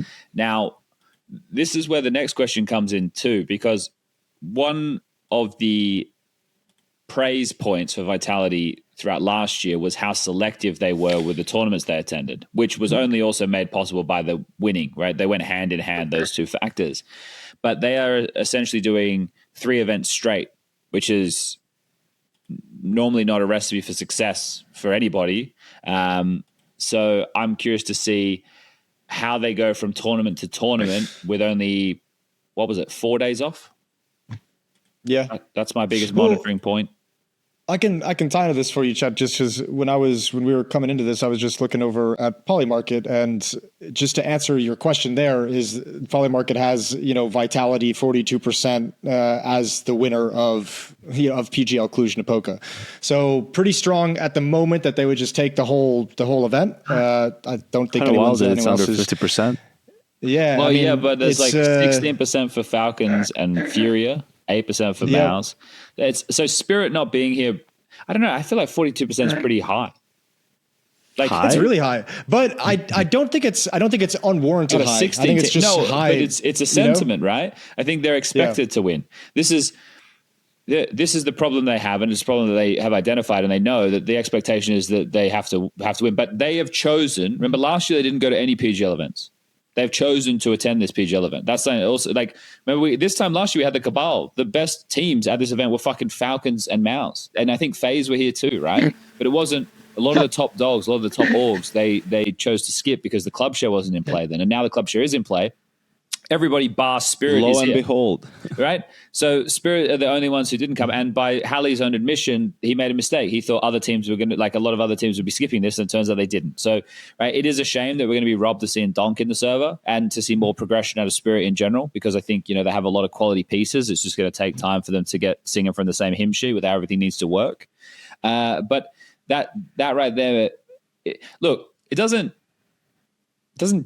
dampen or anything for me. It's like watching Donk is always great, right? I said it earlier, but because I like watching Shiro these days too. Yeah, Yanko fucking loves it. He had some good games, I'm not falling for that, Jason. I'm not trying to set you up. I'm being genuine. I'm serious. I have been enjoying Shiro lately. What have you been enjoying? The third place decider against Mouse? Is that what you've been enjoying, That was a sick performance. That was a sick performance. That's how you spend Chad was having fun with it. I heard it on the microphone. With your daughter and your family. You're watching the third place fucking decider between Mouse and Spirit. They were sleeping at the time, so it was all good. I got to hang out and just watch Shiro dominate the whole time. It was like a perfect start to my Sunday. You better fucking had an old fashioned at the very least or something. That's 7 a.m. breakfast fashion. Let me take the stats out for that final game and see where Shiro ended up after the stage. What was it? The final was on the 8th. So if I filter out the 8th, it's 4th highest rated player at the event overall. Yeah, but you got to take that. You have to take that game out, surely, right? Like you can't have the third place decider game in the stats, Jason. I guess so, Chad. If you just want to 1.93, 1.86. What do you mean? It's not being negative. It's just that the game means something different, right? What? No. Okay, explain yourself. I mean, what is he supposed to do? Come in and not try because it's a third place decider? No, it's not that he's not meant to try. It's that you can't take the stats away from him, Chad. We can't do this. You can't just take shit away from people because you don't like third place deciders. All right, I don't like them either. I know the stakes are different. I know as a player it's completely vastly different, but you can't take the man's stats away from him. Let the record show I have no issue with third place deciders. I don't want that type of slander around my name at all. So first of all, let the record show. I'm going to go back and find all the other fucking clips from the other episodes. Yeah, I fucking hate him, Jason, so maybe that's... It's all right. You don't even have to worry. You don't even have to worry about it, Yanko. You know, me and Alex handled that. We covered it. It's all good. The reason that I don't think you could put the stats in there is because the stakes are different for everybody in that match, right? In this situation, we had two teams who are of kind of equal ranking at the moment. But if this was, say, Yanko's new favorite team, PassionUA versus Spirit, it'd mean a lot more to PassionUA to win that game than it would to Spirit to win that game. So I feel like it's. In this hypothetical situation, I would allow you to take the stats away from Shiro versus PassionUA in the third, fourth place decider. Okay, let me ask this. In the reality that we live in, where it was like the second best team against the third best or third or fourth best, whatever the fuck they were ranked at the time. Do you think if you were doing a top 20 list, Jason? Would you include the stats from that match when calibrating whether or not Shiro, like his placement in the rankings? Yeah. Okay. All right. Because I one match across an entire year isn't going to be enough of an outlier to make any kind of statistical difference. Yeah, but what do we do? But okay, well, so it depends. No, he also means from the stake standpoint, and is it big enough of a game to be considered would I point at the game directly and say game? Because that's what people look at the most and say, oh yeah, but he had it may very easily end up that they play 2-3 of those this year. What if he's great in all of those, but he was relatively average in the semifinal that they lost, that put them in that game instead of the grand final, right? Is that kind of what you were aiming at? I keep them all. Okay. Well, we would just do business differently in that regard. I hate third place deciders because third place deciders suck for a team like Spirit. They obviously want to be in the final. They want to lift the trophy, right? If contenders are in the third place decider, it sucks ass, you know? But if somehow you end up with two teams there that actually have a lot on the line, that maybe were a surprise to get to the semifinal in the first place, they're still playing for the land wins or the head-to-head, the prize money is a huge difference for them in the VRS, then yeah, I mean, that's kind of a mini final for them in a way. But if I get, Spirit and Falcons in the third place, I don't give a fuck who does what in that game, that's a useless game to me from a statistical standpoint, every which one. If you go back and remember last year, the first time Falcons beat Vitality was in the third place decider at TWC. And sure, you, of course, if you're the Falcons, you're hyping yourself up after that. You're saying, we broke them finally, blah, blah, blah, blah. You're saying all this shit. And Vitality is doing the opposite. They're saying, bro, it's third place decider. We weren't really in it. Yada, yada, yada. And it's only the next time that they meet really counts in that sense. Look, my take, I think that the third place decider is better than any show match, right? That's my opinion on that. And because we know that TOs want to service or want to get their sponsors happy with minutes watched or hours watched or whatever the fuck it is, it's also a nice fluffer to get people in the arena and situated. There was a bit of a gap because it was a quick 2-0, so there was actually quite an extended gap between the end of the third place game and then the start of proceedings for the actual final. How does this sound to you guys? The third place decider game, let's say that it stays, because again, I think it's better than any. Let me just sidebar just quickly.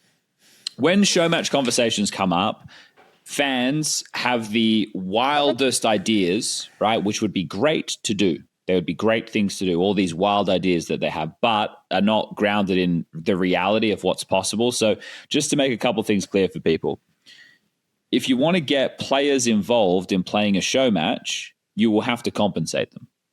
if you want to get high-profile players who maybe stream or live in a different country, not only will you have to fly them out and get them situated and give them accommodation, you'll have to compensate them maybe even more money than you would have to with certain players. And then on top of that, with all these different ideas and, they should play this map, they should do this, a lot of the time it's low value because the players are just going to fuck around. They're not going to try. It's not normally fun enough to keep your entertainment for the full 45 to 60 minutes that it will be anyway. And the value is very low in those things. At least the third place decider, fans can go to the arena and watch some of their favorite teams and players play Counter-Strike on a stage in a match. Of course, the stakes, as we know, are nowhere near as high as what they are in a conventional game, but it is still extra entertainment that you are getting that is better than the alternative. And it's also, here's the thing, if people say, I don't like third place deciders, you don't have to watch the third place decider. I know that is such like a reductive argument, and people are like, but this is such an extra, right? You're still going to have the grand final. You're still going to have the match you want, and you want to replace it with a show match, which has very limited to no value. So, it's only so long we can play rounds with no gravity and unlimited grenades. And there's a smoke machine in the booth, and there's giant chickens running around, and we're playing on Aztec for the 45th time. Now they're on 1.6. It's like, it's not you will get. I feel like we need more of these third place deciders, and then we can maybe do a comparison to show matches back in the day and compare show match viewership to third place decider viewership. I'd take a fucking stab in the dark and say people will tune in to watch Donk play Counter-Strike on LAN. I just think that will happen. I know, again, Janko, your standpoint that they don't want to be there playing those games. Zontix did the post-game interview with OJ after that and was really good. I think Zontix did a very good job. Best interview yet. I'm not even joking. Like, he was like, yes, we prefer to be in the grand final, but there's still a lot we can learn, get more games together, new roles, new players, Good interview. And he also spoke about VRS points and stuff. So it was grounded in the reality that was, which maybe is not everyone's cup of tea, but it's still a cup of tea. Yeah. So just the reality. Fair enough. I fucking hate tea. So great analogy. I think for this particular tournament, also talking about Vitality going this year and everything, who are their main contenders coming into this year, also from last year? It's Vows and Falcons, who both failed to show up at the biggest of moments and in the big games. It's Spirit, who made 2 roster changes, so they're going to need time to get up to speed. And it's Furia, who stumbled at the major and now have to prove to us that it wasn't just like a 2-month fever dream that they had, that they're actually a legit team. And I think in Krakow, they proved that. Yeah, they started the year terribly, had problems. Mirage was a punish pick for people. It turned out to be their strength by the end of the tournament, and the map that they were picking against everyone, including Vitality in the grand final, right? So I think they have proven to us that they're here to stay. Obviously, they made some smaller changes within the team, moving back positions, roles to some extent, right? But I think those are the teams that you point to, and probably Furia sort of right now has solidified themselves. Falcons always have the potential, but never seem to be able to live up to it. And Spirit has the pop-up potential because of Donk, but they won't be at this particular tournament, so it doesn't really... Actually, the next time... And then Vitality won't be at Pro League, so the next time they can even face each other, it's going to be Rotterdam. Yeah.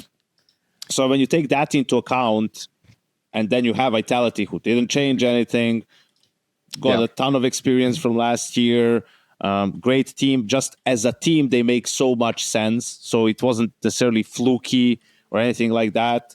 It's very hard to go against them in this tournament, right? Like, it would have to be a combination of them stumbling and one of the teams that we talked about finally getting over the hump. Mouse or Falcons or Furia. I think Furia has a good sort of matchup against them on paper. That's why they beat them in Chengdu Grand Final, beat them in a game at Rivals too. But they lost some of that identity, like you would have never thought. They lost it with Train though, right? Like, their map pool's a bit of a problem. A bit, but I would say more overpass. They were the best overpass team in the world. They would pick it every single time. They had, a 13 map win streak on overpass at some point during last season. Now they're not picking it when it's available, even when it's potentially a punish pick. We see teams pick it against them, even, the likes of Astralis and being able to beat them. So I think what made Furia also good was exactly that, Chad. They were really good on overpass and train. So they were able to, against these other contender teams, force them out of their comfort zone and then beat them on that turf. So we'll see with this change of their strengths, really, do they still match up as well against these other contenders?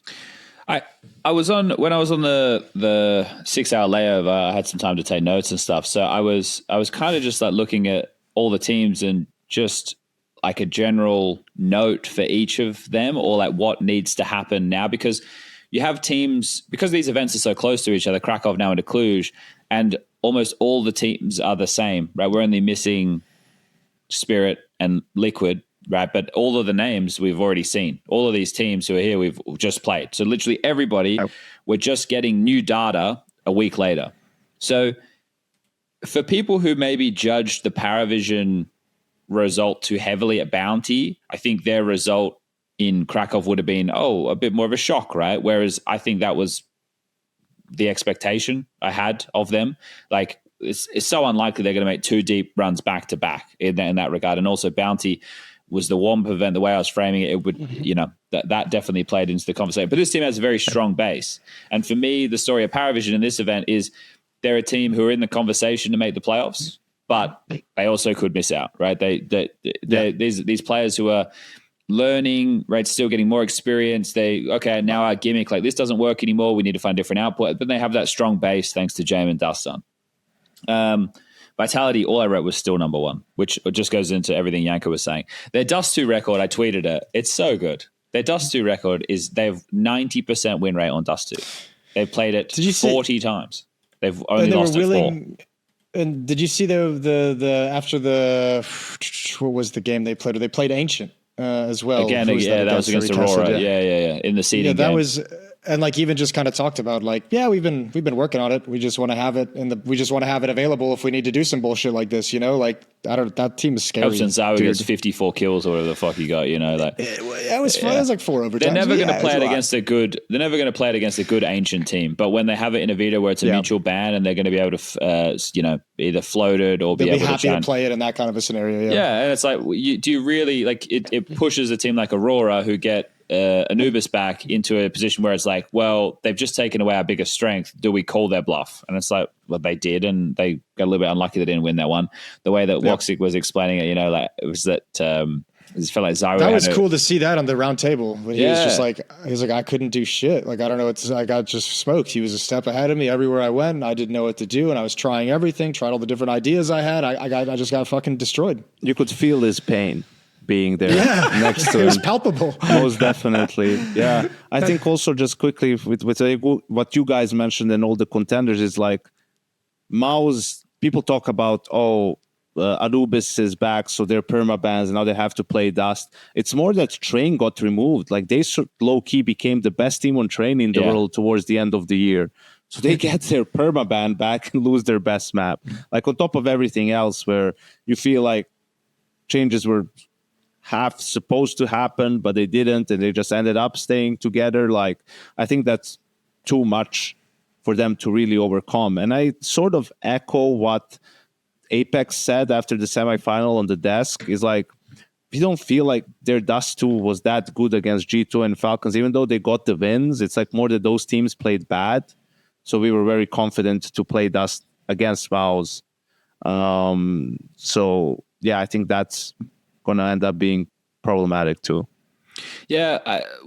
See, the MOUZ conversation, we had a big talk about this. I've spoken about this a lot. So it's like New Year, same MOUZ, but again, that's the only event they played. And I see discourse from MOUZ fans, and they're out. It's like, well, they keep placing top 4.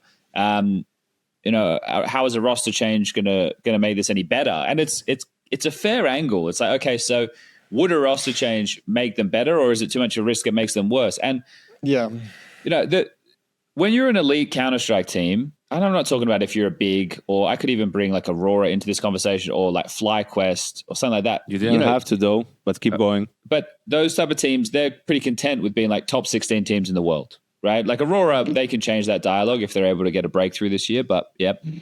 But with MOUZ, you're right there. So you cannot change something. That's fine. But you might just stay right there. And then the question is, are you okay with that? Because not everybody can win, right? Only one team wins, and then you have a lot of losers. So I think, are you okay with, because they could break through at some point, but maybe they don't. Who knows? And I mean, well, I think also you're also in a situation too where you have Zip in there as a coach, as an assistant coach, and he was part of that Astralis roster who went through the same bullshit of second places, third places for like years on end and couldn't get over the hump. And they stuck together for the most part and then broke through eventually to win the major. I feels like they're kind of following along that same thread. But that came with an in-game leader change, didn't it? Eventually, yeah. But I mean, they went through those stretches of trying to stick together and sticking together. I don't feel it's anything close to that, man. I don't think there's any parallels. They're obviously to be drawn a very in good that team, way. Janko. Yeah, they are. But Chad, if you ask me how many top fours they made, I have no fucking idea. I can tell you which tournaments I won, though. And it's not because the lack of top fours, because we were shit all the time, guys. I get it. You're all very funny. I think the thing that's why everyone is in for it, man. Especially, it's even worse when you're getting close a lot, right? Because the feeling, yes, for them, yes. Yeah, because you're like, wow, we just can't get over this hump. Then you beat Vitality, you don't do it. Then you're up against someone else, you lose. They're not on your side of the bracket, someone else knocks them out, you lose to someone else. Fucking G2 wins the tournament before you do, like all this shit that's going on. And the only way it was going to change if they beat them immediately. If they won the game in Krakow, then maybe it sparks something. Then maybe you're like, all right, new year, new what? Maybe this is just. Maybe we just did need more time. Maybe we actually do have it. Maybe things did change. They're great guys. Like they have great teammates, all that sort of a stuff. But at the end of the day, it's about getting that result. And I know that they're also frustrated about not being able to get over that hump. And something will have to change eventually. I think what was it that you were saying, like that they're too nice even maybe, or that they need some sort of attitude. Yeah, something needs to change, because you can't manufacture that, right? Like we've seen what happens when they try to do it on the server, when they try to be too aggressive to sort of show that the moment is not big to them, not too big for them, right? Like you just need probably to change like one player to get a guy that is perhaps a bit more experienced, or just naturally the way he handles himself on and off the server, right? To replace someone who maybe isn't the correct fit. Because here's the thing, if you have 5 Zywoos on the team, it's not going to work in terms of temperament, or 5 Ropses, right? Mm-hmm. Like you need Apex in there, and he offsets a lot of the quietness from the other guys, right? Like that's why it works. You also can't have 5 Apexes on the team. It's going to be fucking chaos, even if they were more skilled, right? Like there is that balance that you need to strike, and that's not easy. And I think that's just a natural step in the evolution of this MOUZ roster, man. Like MOUZ was, think back 2 years, MOUZ was a fucking academy team for FaZe. Like FaZe was just taking the best player for MOUZ, and then other people joined in eventually, and that's what it was. They were the farming team, but they managed to build up so much talent through their actual academy team, where they were able to become a contender and become competitive, and eventually draw a name like Spinks to their roster, who wanted to leave Vitality, right? And they got into contender status. So now they're not a team that, who's going to get exertion, right? No, like he's not going to go anywhere, but you need to get someone for how much team. Longer. Yeah, exactly. That's also one of the questions. But now you're in a position where, okay, now it's up to you guys to find that, figure out what's that last missing piece to get into the conversations, to start lifting some trophies. What if they win Cluj, but it's not over Furia, Falcons, or Vitality? I don't see how that can even happen. I mean, okay, like... Play the thought experiment with me, though. Yeah, let's say, well, it's just Cluj last year in a way, right? Just those teams that weren't there last year, they're here now, but they don't have to play them in the playoffs. So... I think it would be great. I know what I would say on the desk. I would say this is a great win for MOUZ. This is like winning a trophy of this magnitude, blah, blah, blah, blah, blah, blah, blah. And then on the podcast, I would say, yeah, but they didn't have to face their demons yet. So now I'm waiting to see if winning, but not winning against those teams, is enough of a mental switch for them going into the next one, or are they just going to lose to Vitality again 2-0 in the semifinal or quarterfinal? Like it matters. Like context matters. No matter what people want to say, like not every tournament win is the same. Like it matters who you play. Actually, a lot of who wins the tournament depends on those matchups, right? Like when you have triangle of teams like we had G2, Navi, Spirit in 2024. Like, yeah, fucking G2 runs into Navi, they're probably not winning that tournament. But if Spirit runs into Navi on the other side of the bracket and Spirit beats Navi like they do, and G2 plays Spirit, oh, lo and behold, they have a trophy, and we talk about them in a different light. Like sometimes that's just how simple it is. Yeah. Yeah, it's just a tough one with the mouse conversation. I think it's just everyone has a bit of fatigue with it too, which I'm surprised that the players don't. Nothing's changed. Like the exertion interview that I saw right before they faced Vitality was, it's much easier for us to play on stage is the headline. And I'm like, how many times am I going to read that? There's nothing's changed with Mel's.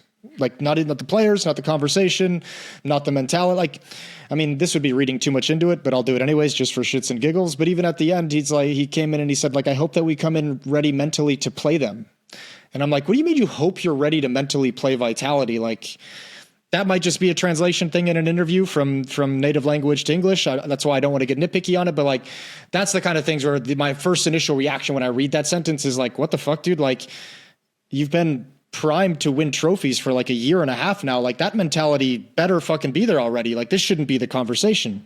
And I think we're talking about a team that we all agree have a very high floor. They go up against Vitality. They're losing to fucking Glock Equals, bro. You know, true. Like that's the problem. It's like it's so painfully obvious the contrast, and even someone as consistent as Pinks has been for them, you know, has a no-show in that game.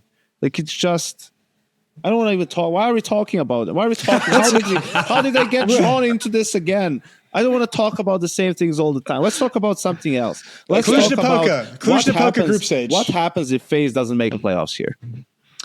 I don't know. They just released a new vlog that I have to watch now before going to bed. The truth behind FaZe's CS2 disaster dropped 1 hour ago, and it goes for cool. 16 minutes. So we don't know how to re-sign players. There, I solved it for you. That might be left out of the 16 minutes, I think.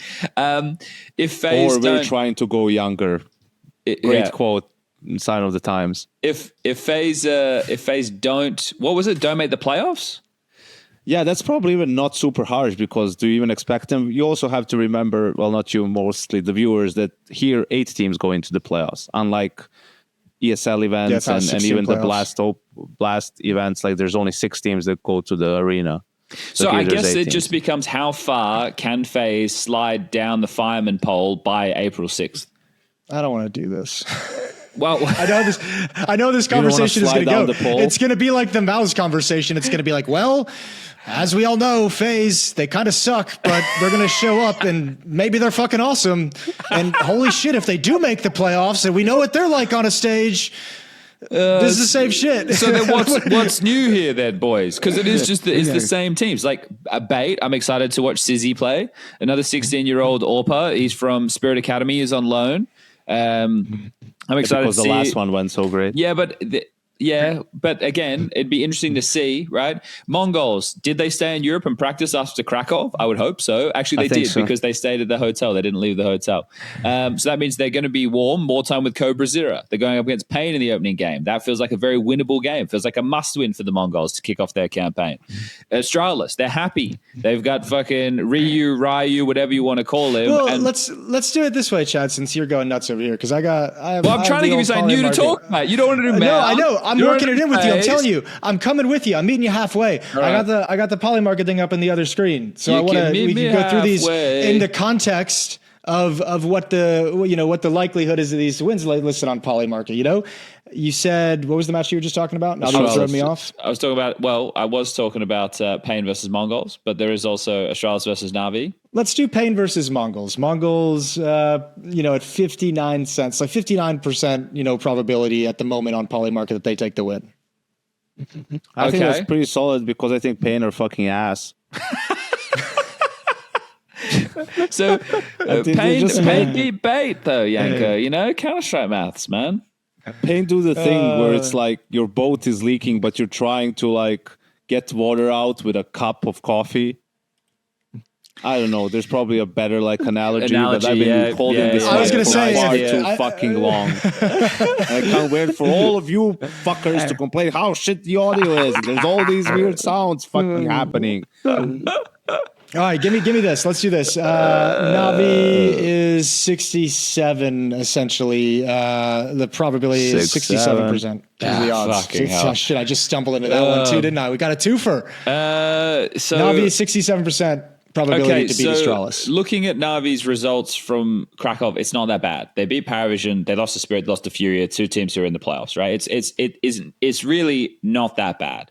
I think that they're in a similar maybe boat as some of those other teams we mentioned, right? Mouse and FaZe in terms of being in the roster pool convo. So a loss to Astralis here, it's not out of the question, but I would say they should have a stronger fundamental base than what Astralis can offer. Astralis also beat Paravision, and they also beat Foot. Yeah.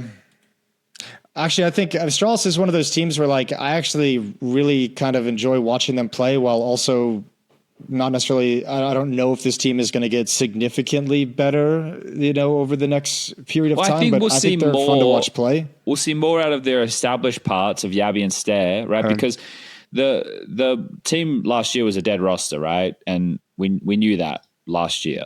So Hooksy is clearly much happier to get to play with these two new guys. Fozzy's been on our screen for. But if the question is, do I think that Astralis are going to beat Na'Vi? No, I don't. I don't think they're going to beat Na'Vi. But I don't think they will either. But at the same time, they played close games against teams. They pushed teams at Krakow, right? Yep. At Spirit, they went overtime on Dust 2.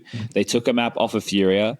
They're going to get the microscope treatment from Blade, which might shake things up a little bit, but maybe they go elsewhere in the map pool. They're not going to be able to pick Overpass versus Na'Vi.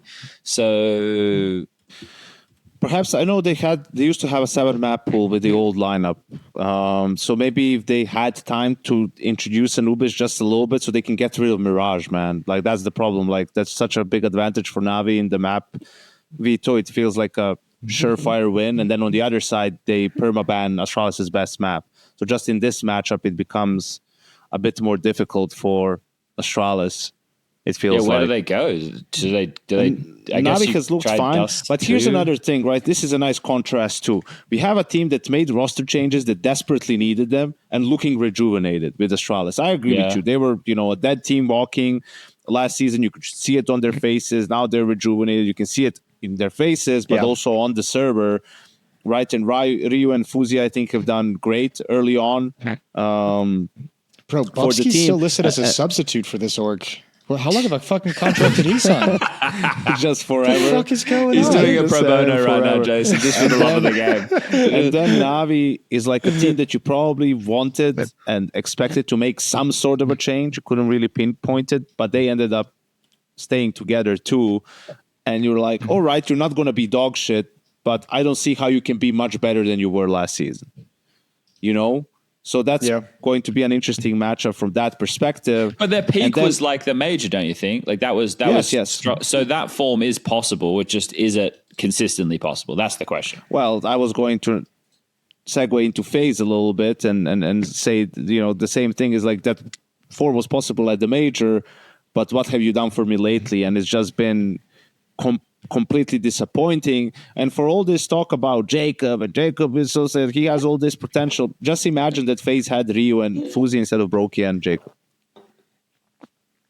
For a second. If you did their games, Chad, if you did some Astralis' games, that'd be a lot more sexy than what they have right now.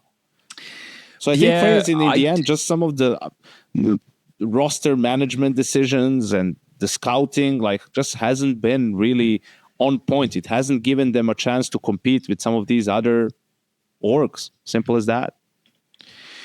So I don't know. We're going to experience. So here's what's going to happen. I was just checking. Has Bubsky been playing games? So if he has to stand in, he can. Yes, he has been. Last played face it on the 11th of February. Bubsky's locked and loaded, ready to go. Now he did lose that game, but he got 26 kills. How did he have 34 deaths? That's some Chad Birchall level stats right there, Bubsky. What's going on, little guy? Doing a lot for the team, trading space, throwing util. Yeah, maybe. All of it. I fucking lost where I was going after I saw that. I thought his stats are better than they're all fine. They're fine. They're all good. That's all right. Where was I going? Did you find it? I was going to say the problem I have is those players that you mentioned, they're not phase players. Yeah, phase players seem to be kind of leaving on free transfer lately. So I don't know what a phase player is anymore. Look, man, here's my speculation. My speculation is it goes pretty poorly for FaZe this season. Things don't work well, and Carrigan retires after Cologne. Oh, you think the timeline is sped up that much? I think Carrigan's going to want to go out on like a big moment. I think he's going to want a special thing to go out guys. That's the problem. Like I think if the season goes badly, when I hear what Chad says, I hear the same thing. Carrigan deserves better, but he's not getting it. And like the changes that he's not. I don't think he wants to go through any sort of a rebuild. I don't think a lot of players on that roster want to do that. And you can't create a roster that could be a legit contender fast enough for him Carrigan to get a better. Shut the fuck up. It's just one more superstar, Chad. Not just that one counts. more Superstar IGL. He's a superstar in the role department. Perhaps. All right, we've been sitting in these chairs for way too long. I want to talk about a couple of more teams. What's up, okay. man? Yeah, what you got? Okay, so teams that are going to be exciting to watch as sort of dark horse teams, or teams that have shown some foot is definitely mouth. Foot. I hate you. Foot, Paravision. This is Chad on melatonin. He Astralis is to some extent. Yeah. Aurora had a great group stage. I mean, they beat Falcons and Mouse. No one would expect that. Can't call him a dark horse. Fumbled in the playoffs. Yeah, but we didn't know what we were going to get with Soulfly. We'll keep one eye on them. G2, they have to play against Vitality in the first game, but outside of that, can they make another playoff run? I feel like that's a minimum for G2. I think this season. They need. I think you're right. They do need to start showing those results. Otherwise, what are we talking about? We've seen their peak. We need to see it consistently. Well, maybe not their peak consistently, but we need to see something consistently. The loss to Mouse was fucking get me out. I think in most ways, I think Foot and Astralis are like two of the most interesting teams at this event for me in terms of like watching and seeing what they've got. I had so much fun because we casted a lot of the Foot games through the group stage on the B stream. I had so much fun watching their games on the B stream, so we never had them once on the A stream, which is sad. They were a lot of fun. Yeah, I think that they're much more exciting names to me than watching Heroic play, for example, who still don't have Alcarin with them, right? I guess that's just going to continue for the foreseeable future. I want to see. My trifecta is Foot, Paravision. Oh, I think 3D Max are fucking cooked too, aren't they, man? It's the same story with those guys too. And also Gravity had an insane tournament in Krakow. He did. Yeah. It was sort of an outlier, really. Yeah.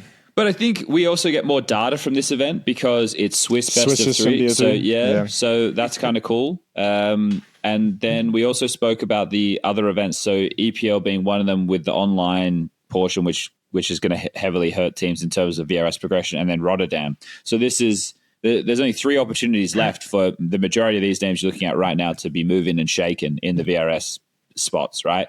Especially for cusp teams. That's why I think Yanko's bang on when he brings up the Foot conversation, because Foot right now, they're outside of the invites for the major. So a result here for Foot, like a good result here for Foot. Oh no, it looks like they're just in. They're 14th right now. Okay.